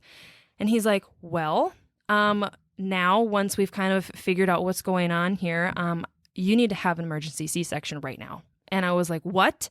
He's like, "Yeah. So what we're trying to, figuring out what's going on with the baby, you're bleeding, and it's apparent to us." I don't know if that time they knew, but my placenta had abrupted, which meant that it was detaching from my body. So at any point in time, it could have cut off our baby's breathing, and it could have killed her, and or it could have killed me. They just had no idea how much blood either one of us had lost at that time. And so at that point, now it was really serious. And so he was like, "Remember how I said that really rare thing that's not going to happen? It's happening. So we need to give birth right now." And so within a matter of, I bet, 30 seconds, the whole room, like 5 people came barging into the room, and everything was moving around. Apparently Jacob was getting put in scrubs, and I was getting a gown put on me. Everything was changing, and they rushed me across the room to the OR, and closed the doors. And at that point, they were like, "Do you have any allergies?" They were putting me under, and I was like, "Oh my gosh." And I looked over at the clock on the wall, and it said 4:07 a.m. And they put the catheter in me, and I screamed, and I passed out. And that's like the last thing I remember. And Willow was born at 4:17. They said within a matter of 3 minutes, she was out. And she was 1 pound, 6 ounces, 12 inches long. And I don't know, maybe you want to interject at this point. Yeah, they had scrubbed me up and made me put a gown on, or like scrubs or whatever, full bodysuit. And, the nurse was assuring me that I was going to be going into the OR with Rachel, and, I could be there for her through the whole thing. And obviously I was like pretty shocked. I didn't know what was going on. I woke up to her hollering to come in there, and it was like 2 something in the morning, and she's crying, and she's on the phone with her midwife, and it was fight or flight for sure. And it was, "Okay, get everything we need, get in the car." And it was like as fast as I could go, foot to the floor the whole way there. And that's pretty much the whole time I was at the hospital. It was bang, bang, bang, bang, bang, bang, bang. I have a kid. You know what I mean? Like, but yeah, I remember they got me into the suit, and they started wheeling her into the OR. And as soon as the doors closed, 2 nurses had stepped in front of me, and they were like, "No, you can't come in." I was like, "Well, what do you mean? You just told me 30 seconds ago that I was going to be there with my wife, because this could be potentially her life, like threatening her life too." I'm like, "Yeah, well, this is like a really serious, sterile, like you're not coming in. Sorry. You can wait in the recovery room for when she's done." I was like, whatever, I was tired. I was frustrated. I didn't want to be, a jerk and cause a scene, which would have been the typical thing I would do. But I was able, by the grace of God, to kind of gain my composure and really evaluate the situation, because I know Rachel probably didn't catch much of it. And it was, so it's kind of like a deja vu moment where, I felt like I'd been there before, like an emergency, bang, bang, bang, bang, bang. This is life changing, and coincidentally I have been there. So I was pretty calm, and she came out of surgery, and just before they like actually brought her out, they had come and said like, "Okay, your baby's this big, and all these things, and she is okay. Right now we're going to get her to the NICU. Would you like to come with us before your wife is," because they were stitching her up still, "before your wife is released?" I said, "Absolutely." So they walked me down, and the whole way to the NICU, which was like a they had to change floors, this and that. I was right there, and they were pumping the oxygen bag into my 1.5 pound baby. And I mean, I guess to this day, that's a memory that I cherish, but it was also really hard to see. Yeah. And I didn't know how, when Rachel came back from surgery, how I was going to explain to her what's going on. Right. And I mean, it was a tough hour, Yeah. So. Yeah, and all I can say is praise God that my sister was there, because he got to talk with her and be with her, and then our midwife showed up, and so I'm just like, oh, praise God that he wasn't alone the whole time, because we were both freaking out that whole time. But at some point, I don't know when, I woke up and saw her. I was assuming in the NICU, in the hallway or something, because, I was just starting to wake up from surgery, and all I saw was this little tiny beet red human, and it was the craziest thing ever. And then the next thing I remember is waking up in the recovery room and asking Jacob, is she alive? Is she alive? Please tell me she's alive. Is she okay? What's going on? And it took me, so they put me out around 4:07, and then it took me until like 6:15, 6:30 to fully wake up and understand what was happening. And pretty much the first thing I remember in my room was immediately Adam Haugen and one of our other pastors and my parents walking in. So 2 of our pastors and my parents walking in right away. First thing that I remember. And I just broke down. I was like, you're here. You made it. And I don't know how the staff members are here, but this is crazy. Hi. Yeah. And it was just like this whole crazy emotion. I don't even know how to describe it, but it was just so crazy. And I know Jacob was in between me and Willow and trying to make sure that things were good on her end, but I was still being taken care of. And I mean, it's totally different than what you think, because I had just had major surgery, so I couldn't really move. I couldn't really do anything. And so the nurses kept telling me all the time, like, you just need to rest. You just need to recover. You just, just take these pills that are going to help you heal, and then you can go see her. And so I don't even remember the first time when I saw her. It might have been a full day before I finally was able to go in and see her. But when you did see her, what went through your mind, Rachel? Oh my gosh. Well, I was too weak to stand. And so her bed moved a lot, but they put me in a wheelchair and wheeled me over to the NICU. And I don't even know if I stood up. I don't even remember that part, but You stood up. I did. Yeah. So I stood up and Jacob held me up, and we couldn't touch her, and we could just look at her. And it is the worst feeling ever as a mom, because, I mean, first off, it's like, all I want to do is put you back in me, because you should not be in this spot where you're fighting for your life. You should be inside of me growing. And I don't know why this is happening, and I don't know what happened. It's the most surreal, crazy thing ever to see your teeny tiny little baby struggling to survive in front of you. And there's nothing you can do. And there's nothing that I can do, and there's no words that fully describe that until you are there in that moment watching it happen. Yeah. So what did the doctor say? Were they able to explain why this was happening, or how Willow is being affected by what's going on? Well, I remember them initially saying after Willow was delivered, and I was walking down the hallway, the nurses and the doctor were kind of explaining some things, and it was a lot. Like, a lot of it I felt like didn't really pertain, but it was kind of like terms for this and that. And they said, we're going to do some tests on Rachel's placenta to see, kind of where we went wrong, or where this could have been an issue, or, just looking for any signs of why this happened.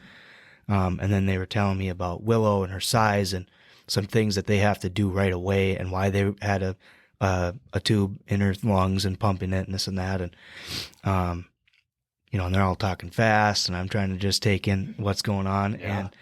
And I remember when we got back to Rachel's room after she finally woke up from surgery, I don't think I was pretty straight up with it. I think I was pretty blunt and vague at the same time. Like, this is serious, but that we're kind of distant. We can't really, there's no answers. So we kind of just have to take it for what it is and just pray that it's going to work out. I did my best to kind of go back and forth. And I remember there was some decisions that had to be made, and I didn't feel comfortable making the call on my own without Rachel. Yeah. And so there was some times where I was like, well, can I go talk to my wife? And they're like, well, we need to know, like, right now. I'm like, well, you're not going to get an answer until I go talk to her and come back. I'll try to make it kind of quick, And it was tough because she was on pain medicine from her surgery, and she wasn't really able to make those calls. And your family was there, your sister, your midwife. They were all helping me make these decisions, and these what seemed like little decisions, but they were big medical decisions to make for Willow. And it was, we never found out what really caused the placenta to start to erupt or anything. Even today, I don't think we've barely gotten a straight answer from anybody. So, that's always the tough part about something like this. You want to know why, right? I mean, when my dad had passed, I wanted to know what happened, why. When my mom's accident happened, I wanted to know, why, right? She wanted to know, well, why did we get this ring dropped in our lap to answer our prayers? Like, you never know why. And this was the one time I was like, I want to know, like, more than want, like, I need to know why this happened. One, so it doesn't happen again. And two, is there something that I could have done to change? Like, it's just always what's running through your mind. Like, why, how could I have avoided this? Sure. And it was like consuming both of us, I think, for a long time, especially that first couple weeks of like, why did this happen? Why are we here? All we want to do is hold our kid and just fully embrace your child like you would anytime a child's born, and you're not able to for weeks. And that was the why was just the biggest. I feel like it would have been such closure for a lot of what was going on, and we still never found out. So, yeah. So you guys are now basically in a situation where we got to keep this baby alive because, like you said, Rachel, she should not be out of you right now. What was that process? Yeah, so there's a lot of things that they just do right away as soon as a baby is born like this, and a lot of things we didn't have a say in. But right away, so within the first 24 hours of Willow's life, she overdosed on fentanyl for 12 hours, 10 times the amount of what she was supposed to be getting. Wow. And they administered Narcan 3 times to keep her alive. And we didn't know about it. I think you might have found out in the middle of the night while I was sleeping, but I didn't find out until the morning. But they didn't really notice it until a different nurse came in and was double checking everything. And then they're like, oh my gosh. So that was the first night. That was the first night. Yep. And so then in the morning they came in, and in the same conversation, they told us about this overdose and then told us that she had a major brain bleed. And so it was like, then we had all these questions like, did this overdose cause the brain bleed? And they tried to assure us that no, there's no way that could have happened. And we're still very skeptical of that answer. But so the first 24 hours, we should have lost her. We should have lost her. And we didn't. And I know that we can both say that by the prayers of everyone that was prayed, that prayed for us as soon as she was born, that's got to be the only reason why she lived through that night. Yeah. One of the nurses had told us that the one who had caught it was like, by the grace of God, she didn't die last night, because this is a lethal amount of a pretty hard for babies, especially but it was their standard protocol. It was just the drug they used to keep the babies kind of level and mellow enough to be able to get what they need for their lungs and all that stuff. And I remember when she had told me, and it was like a shift change right at whatever time in the morning. And when she had told me, I was like hot. I was pissed, like bad. And I had to try to regroup and go and tell Rachel in a calm manner, like, hey, they want to talk to us about this, so don't freak out yet, type of thing. And I think your family was there, and they were probably about as upset as I was too, after they heard it. And rightfully so. But yeah, it was totally by prayers and God's hand over Willow's life at that point, because, I mean, that's all part of his plan at this point. Looking back, it's like things have fallen into place to where we've grown and everything through it. So definitely by his hand, she was alive that first 48 hours for sure. Amen. Yeah. So because, she was born so early, they had said, like, literally there's not a whole lot of predicting that we can do. Some babies that are as young as your child will totally make it through this and be able to have a life, and other babies that are born later won't make it. So they're like, we really can't tell you that she might not make it, because we really don't know if she will or she won't. So she was just really fragile. I mean, she was beet red. Her skin was translucent. We couldn't hold her. After so many days or weeks, we could finally start touching her. But we had to, everything had to be sterile. So, we had to be very careful with what we did.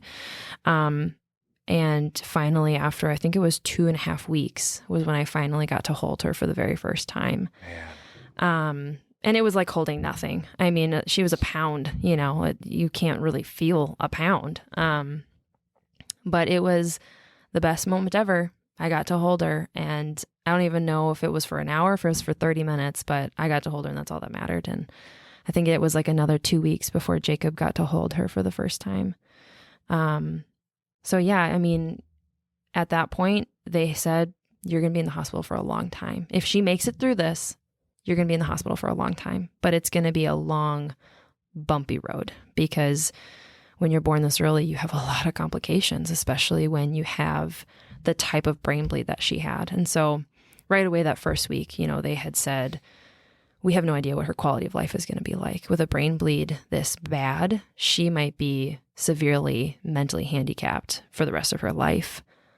Or they said sometimes the brain is amazing. It will, if there's damage in the brain, the connections, the neurons, whatever, they will find new connections so that the brain works, so that the brain functions. So they're like, or she could totally come out of this and have a completely normal life. We just really have no idea. We can't tell you that. So right away, I mean, that first week was so many things of, I gave birth. We have this teeny tiny baby. She should have died right away. Now we might have a child with severe issues. And that was really, really hard for me on many levels. I mean, my biggest fear was having a child with special needs. It just was. So that was one thing that I continually prayed that the Lord would make sure would not happen. And then it happened. And it was really, really hard for me to handle. And nothing against kids with special needs, but it was just something that I was like, I don't know if I could handle that. And so it's amazing how God works.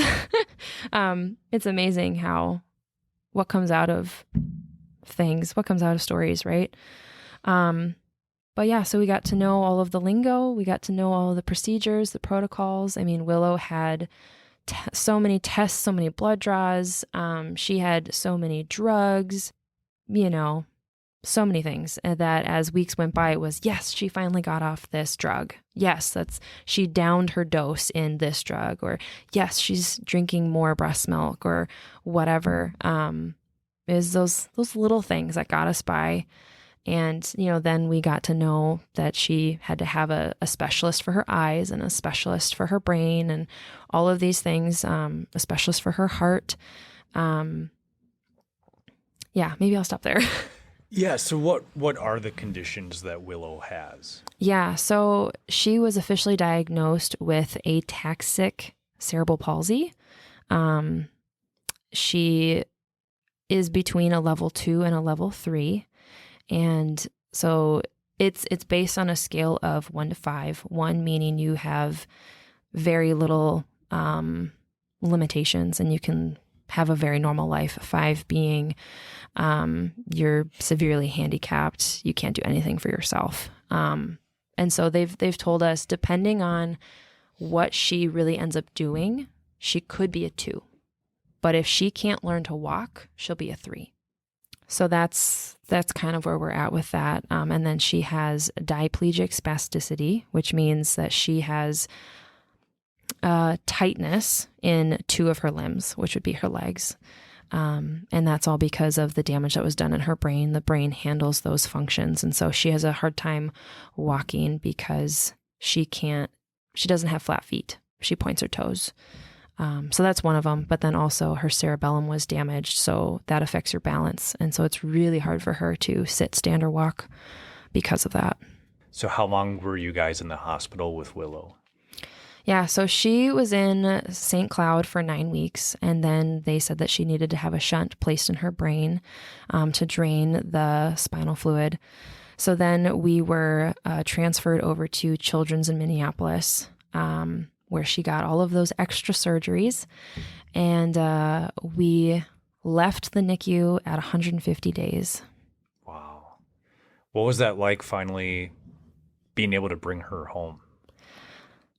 Freaky, but wonderful at the same time. I mean, it was a very delicate balance. When they finally gave me the approval that we could go home, I sprinted out of the NICU because I didn't want them to tell me to stop. Yep. I was like, no, you're not going to keep me here. We are leaving. That was also because they had told us quite a few times, you might be able to go home next week, if she can do this and this. Sure. And then it was like, well, she's doing this and this, but not quite enough. So now you're keeping us here even longer. And it was like one after the other. So then as soon as they told us, we were like, let's go. Yeah. Bye. See ya. No hard feelings. Don't want your hopes to be crushed again. I'm not going to give you time to crush them. Yeah. So we're out of here.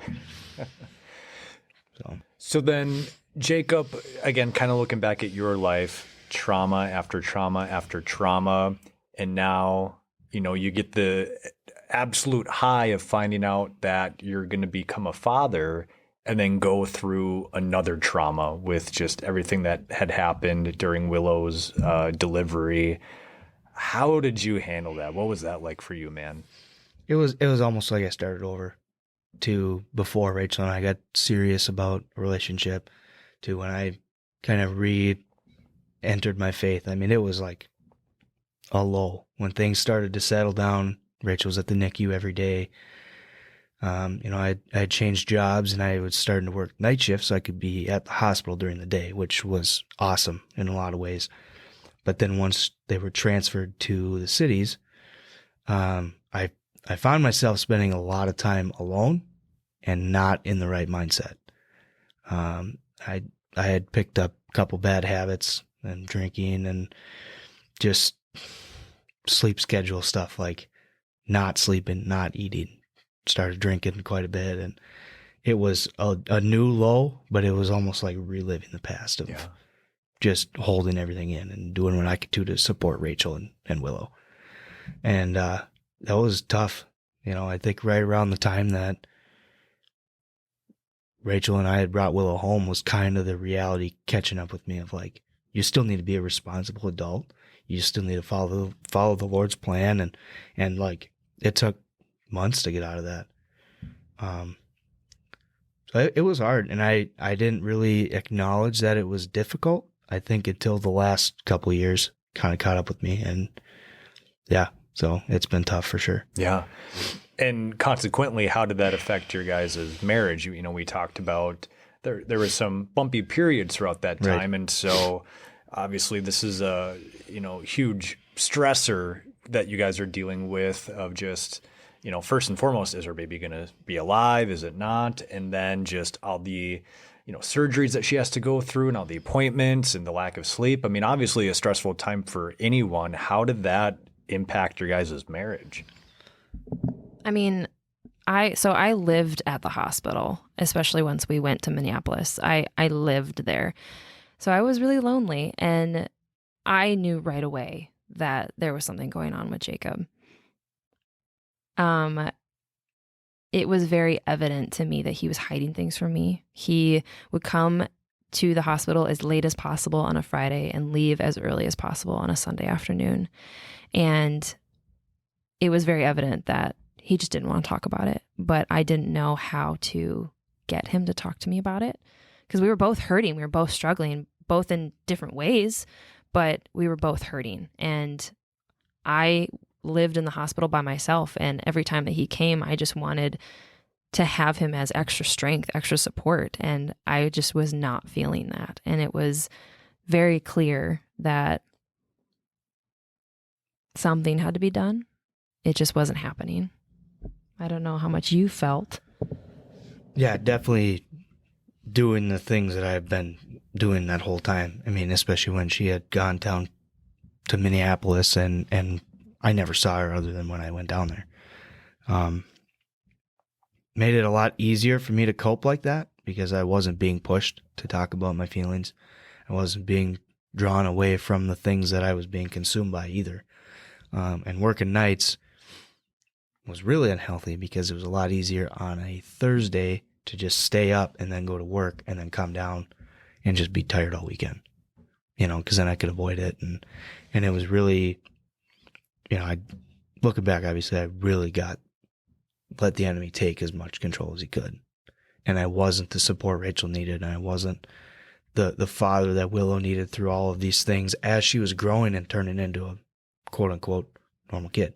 I mean, she was starting to play and interact and starting to, jibber-jabber, and we were learning, trying to get her to eat, and that was a huge struggle. And, I really wasn't available even when I was there. And it was just because it was easier to just go there tired and exhausted from my work week and then kind of just roll with it. I mean, it's definitely a moment of shame for me, but at the same time, I didn't know what it's like to deal with it.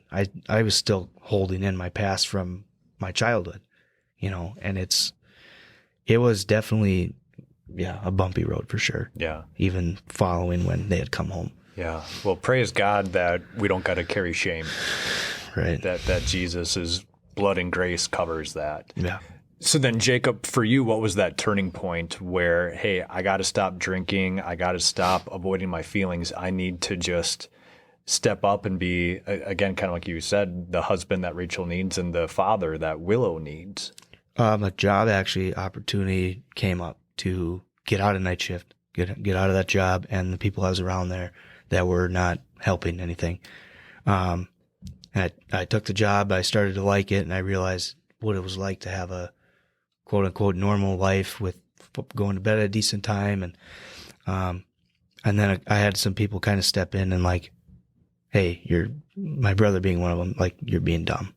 It's time to own up and be a father. And my grandpa was involved with that too. And I did run from it for a little while, but I kind of hit like a brick wall like a couple Januaries ago, right around my birthday or right before. And really dark, like depression and like just everything in my life catching up with me because I was in a vulnerable state spiritually.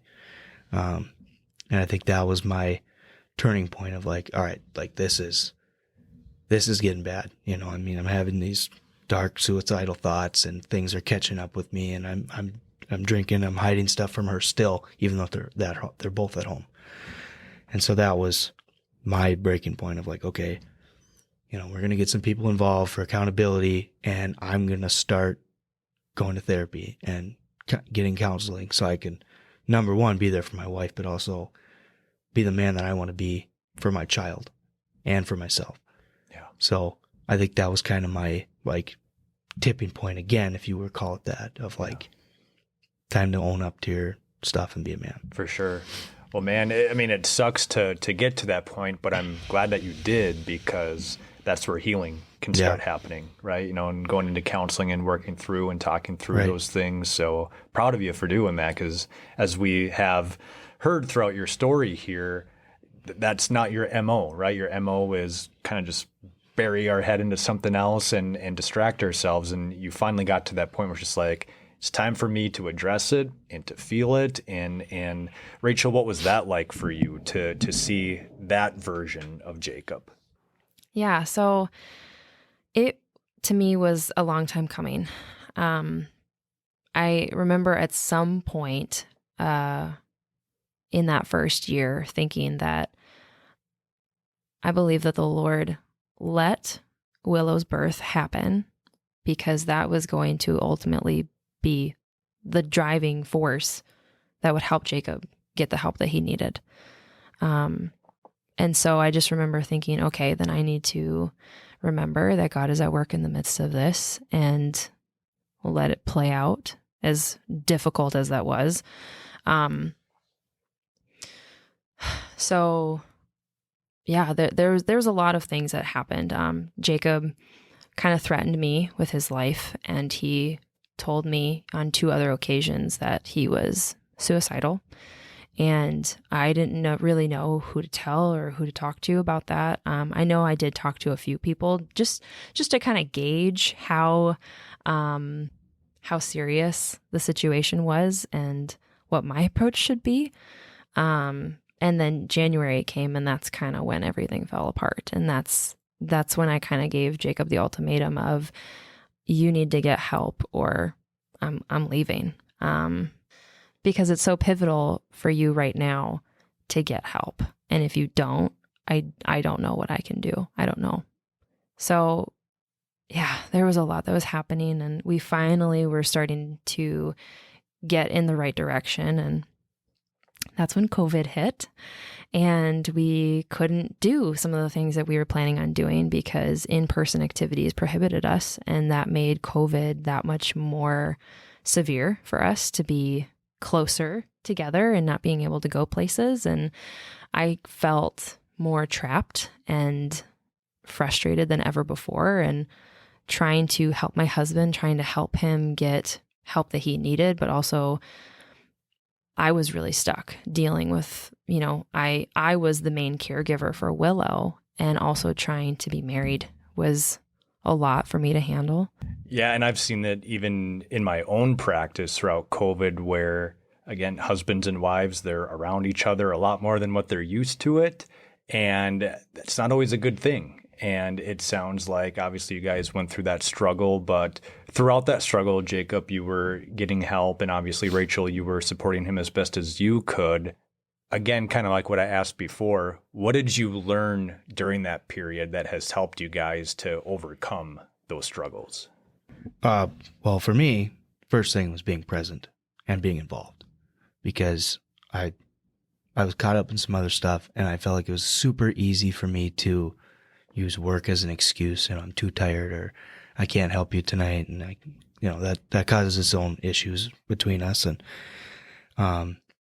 the more and more that I was home when I wasn't at work, I was able to put in the effort and the time with Willow and helping her with all of the different therapy things that we were doing at the time.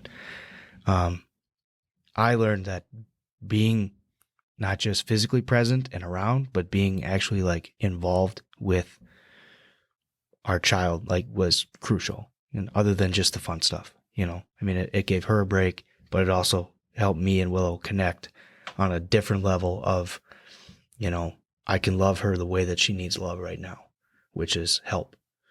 And on top of that, I was also, I was still seeing my therapist through like Zoom and stuff. And he was a night and day changer in just the way I thought about our marriage, or me fathering this preemie with disabilities. And that process was long, and COVID didn't really settle down easily for anybody, but definitely we had gone through things together through that, with like, okay, now we can't go in for therapy and they're asking us to do this and all these things. And it was like, we're doing this together for the first time since you've been home, since she was in the NICU, because I was working still.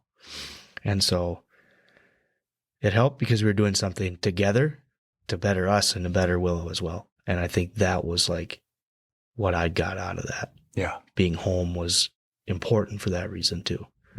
So. Man. So those were the years that I really struggled. It was good to know that everything with Jacob was finally coming to a head and that he could finally see what I had seen this whole time. Unfortunately, I was going through a lot and I shut down a lot because I was tired of everything that had happened. And I really needed to know that Jacob was in it. So I think what got me through those moments was just the sheer fact that I didn't want to be someone who got a divorce. And what would I do with a preemie that has all of these issues and disabilities? So it was at the time just taking one day at a time. Eventually it got into me trying to make one good decision at a time. And, I started seeing a counselor probably 6 months after Jacob did. And they both taught us really great things. And eventually we started seeing a marriage counselor and we started really diving into things. But I was struggling with a lot. And so it was, what decisions do I ultimately want to make? And I just really need to take one day at a time. Because if I did anything besides that, I would have a mental breakdown every week. Yeah. And I think that's simple, but yet really good advice is one day at a time, right? And even scripture backs that up. Jesus says that don't worry about tomorrow. Tomorrow will have enough worries of its own. Really just directing us to just, hey, let's just focus on the present. And, over time, you start to have more good days than bad days. And here we are a couple years later after the fact. You guys are still married. You guys are in an awesome relationship and have tools now to be able to work through conflicts and problems that come up throughout the marriage. And so praise God for that all, because again, just my line of work, I've seen it go the other way. And man, I was praying hard for you guys during that time, and to see where you're at now, it's just amazing. Going back to Willow, let's kind of close on that. Willow is how old now? She's 3.5. 3.5 years. And where is she at developmentally? What are some of the successes and achievements that she's had throughout that time? Yeah. Well, in the last few months, she has finally gotten the go-ahead to be discharged from her speech therapy. Awesome. Which is amazing. She is at the appropriate speaking level for her age. And, with all of the doctors and appointments and tests and things that she's had to do, it's amazing to think that she's finally done with one thing. The culmination to this point is amazing. Yeah. Unfortunately, she still struggles with all of her OT skills and her physical abilities. But, she's making little improvements all the time. And those are the things that we really try to cherish. She hadn't had any physical improvements for like 9 months. And then in October, she had like 4 different things that all happened within a span of 10 days. And it was like, oh my gosh, oh my gosh, oh my gosh. So that's been amazing. And now we're just kind of getting to the point of like, all right, when is that next step? When is that going to happen?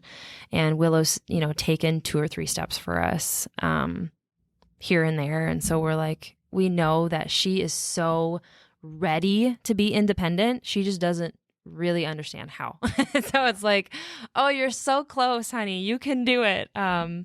But she's so positive. She's so happy. She laughs and smiles at things all the time. And she's just always such a joy to be around that ultimately we just say, we just love you so much.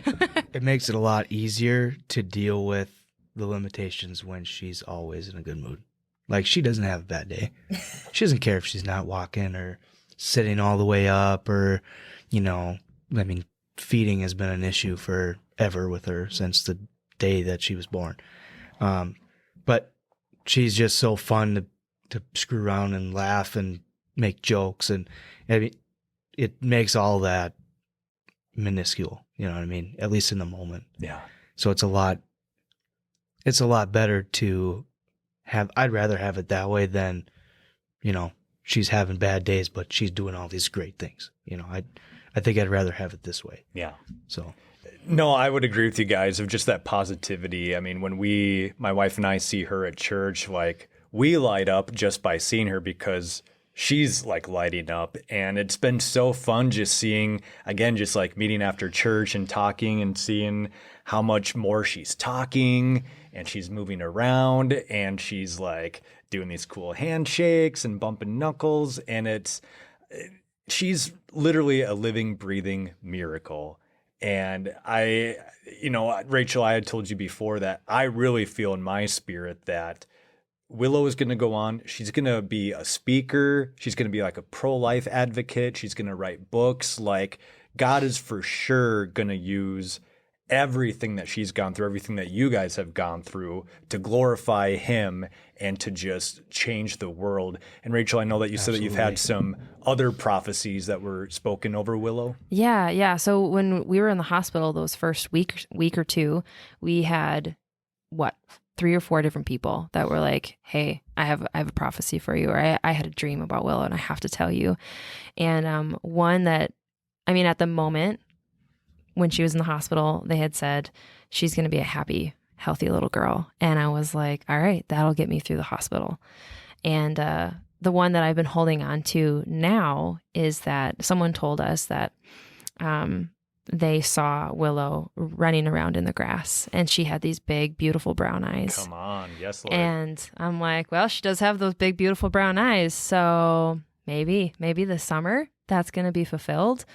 She's wanting to walk. So, so that's what I'm holding on to right now is, okay, Lord, like, you gave this dream to someone, let's fulfill it. I want to see that happen. So yeah, it's been really amazing to have those and hold on to them and wait on God's faithfulness. Yeah.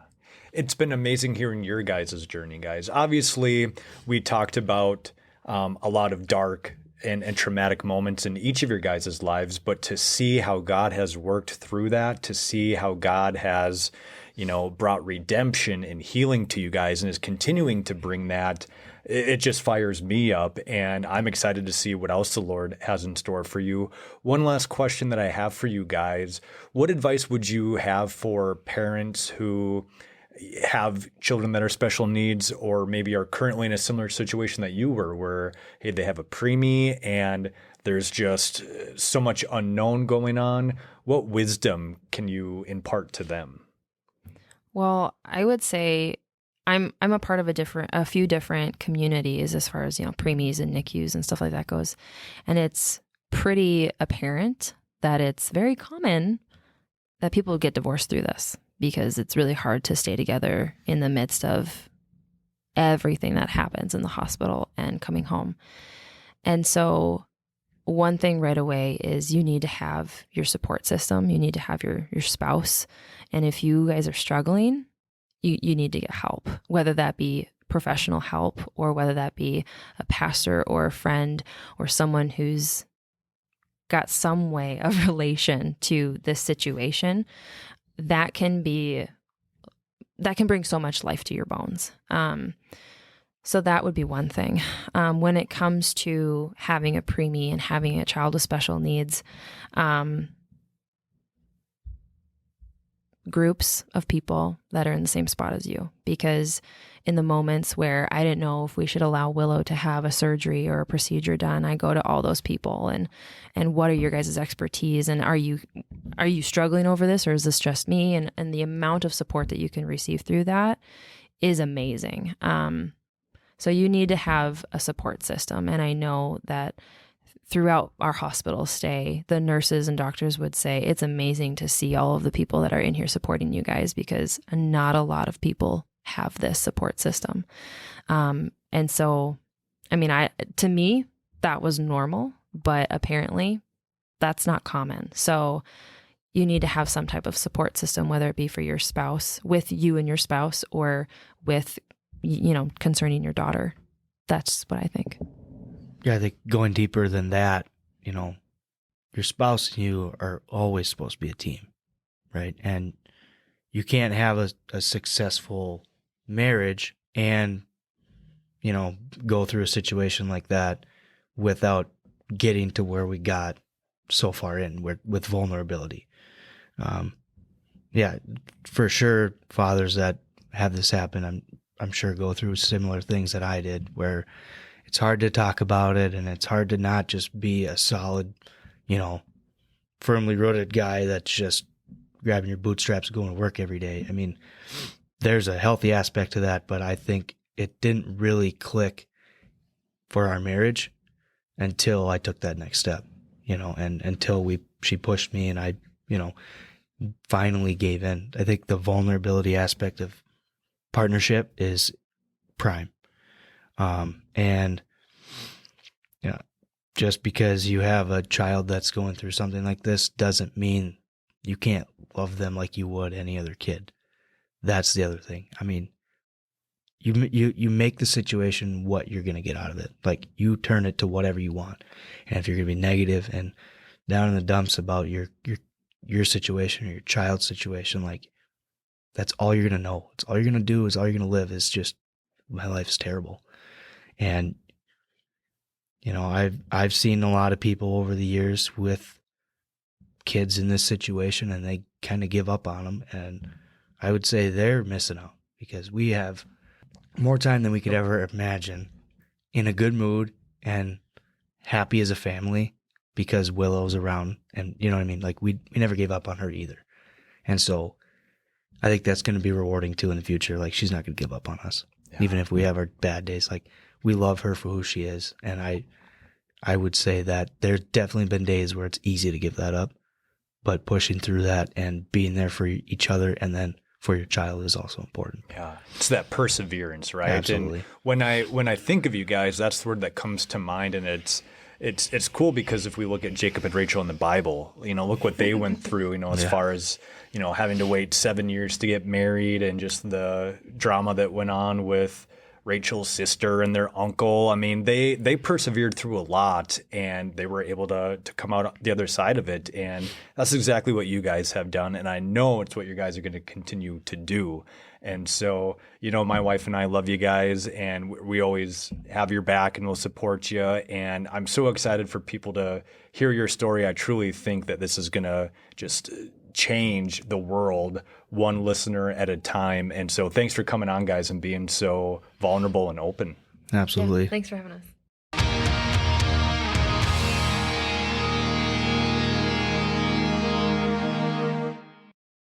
Well, what a journey Jacob and Rachel have been on. They've been through so much together, and it's really their faith, trust, and love in Jesus Christ that has carried them through so much. Like Rachel said, the stressors of having a child with special needs can often destroy a marriage, but Jacob and Rachel have fought and persevered. I think there's a lot of marriages out there that can listen to this and glean insight and wisdom from what the Chiados have gone through. And what's crazy is that neither Jacob or Rachel are even 30 years old yet. They're just young pups. But I firmly believe that they're going to speak to and minister to so many other couples out there because of the vast amount of knowledge they have. As for Willow, that little girl is a world changer. Look out, because God has mighty things in store for that one. What the enemy has tried to use for evil and destruction, God will use for goodness and encouragement. So watch out, world, for Willow Chiado. If you have any questions for Jacob and Rachel, use the hashtag AskTWT on social media, and we'll have them answer a few. Well, that's a wrap for Season 2, everyone. What a great, fun, and impactful season this has been. I'm truly thankful and appreciative to each and every person who has downloaded and listened to these testimonies. And my prayer is that you would all leave each episode feeling encouraged and inspired to press into God, know who you are in Him, and overcome whatever struggles you may be going through.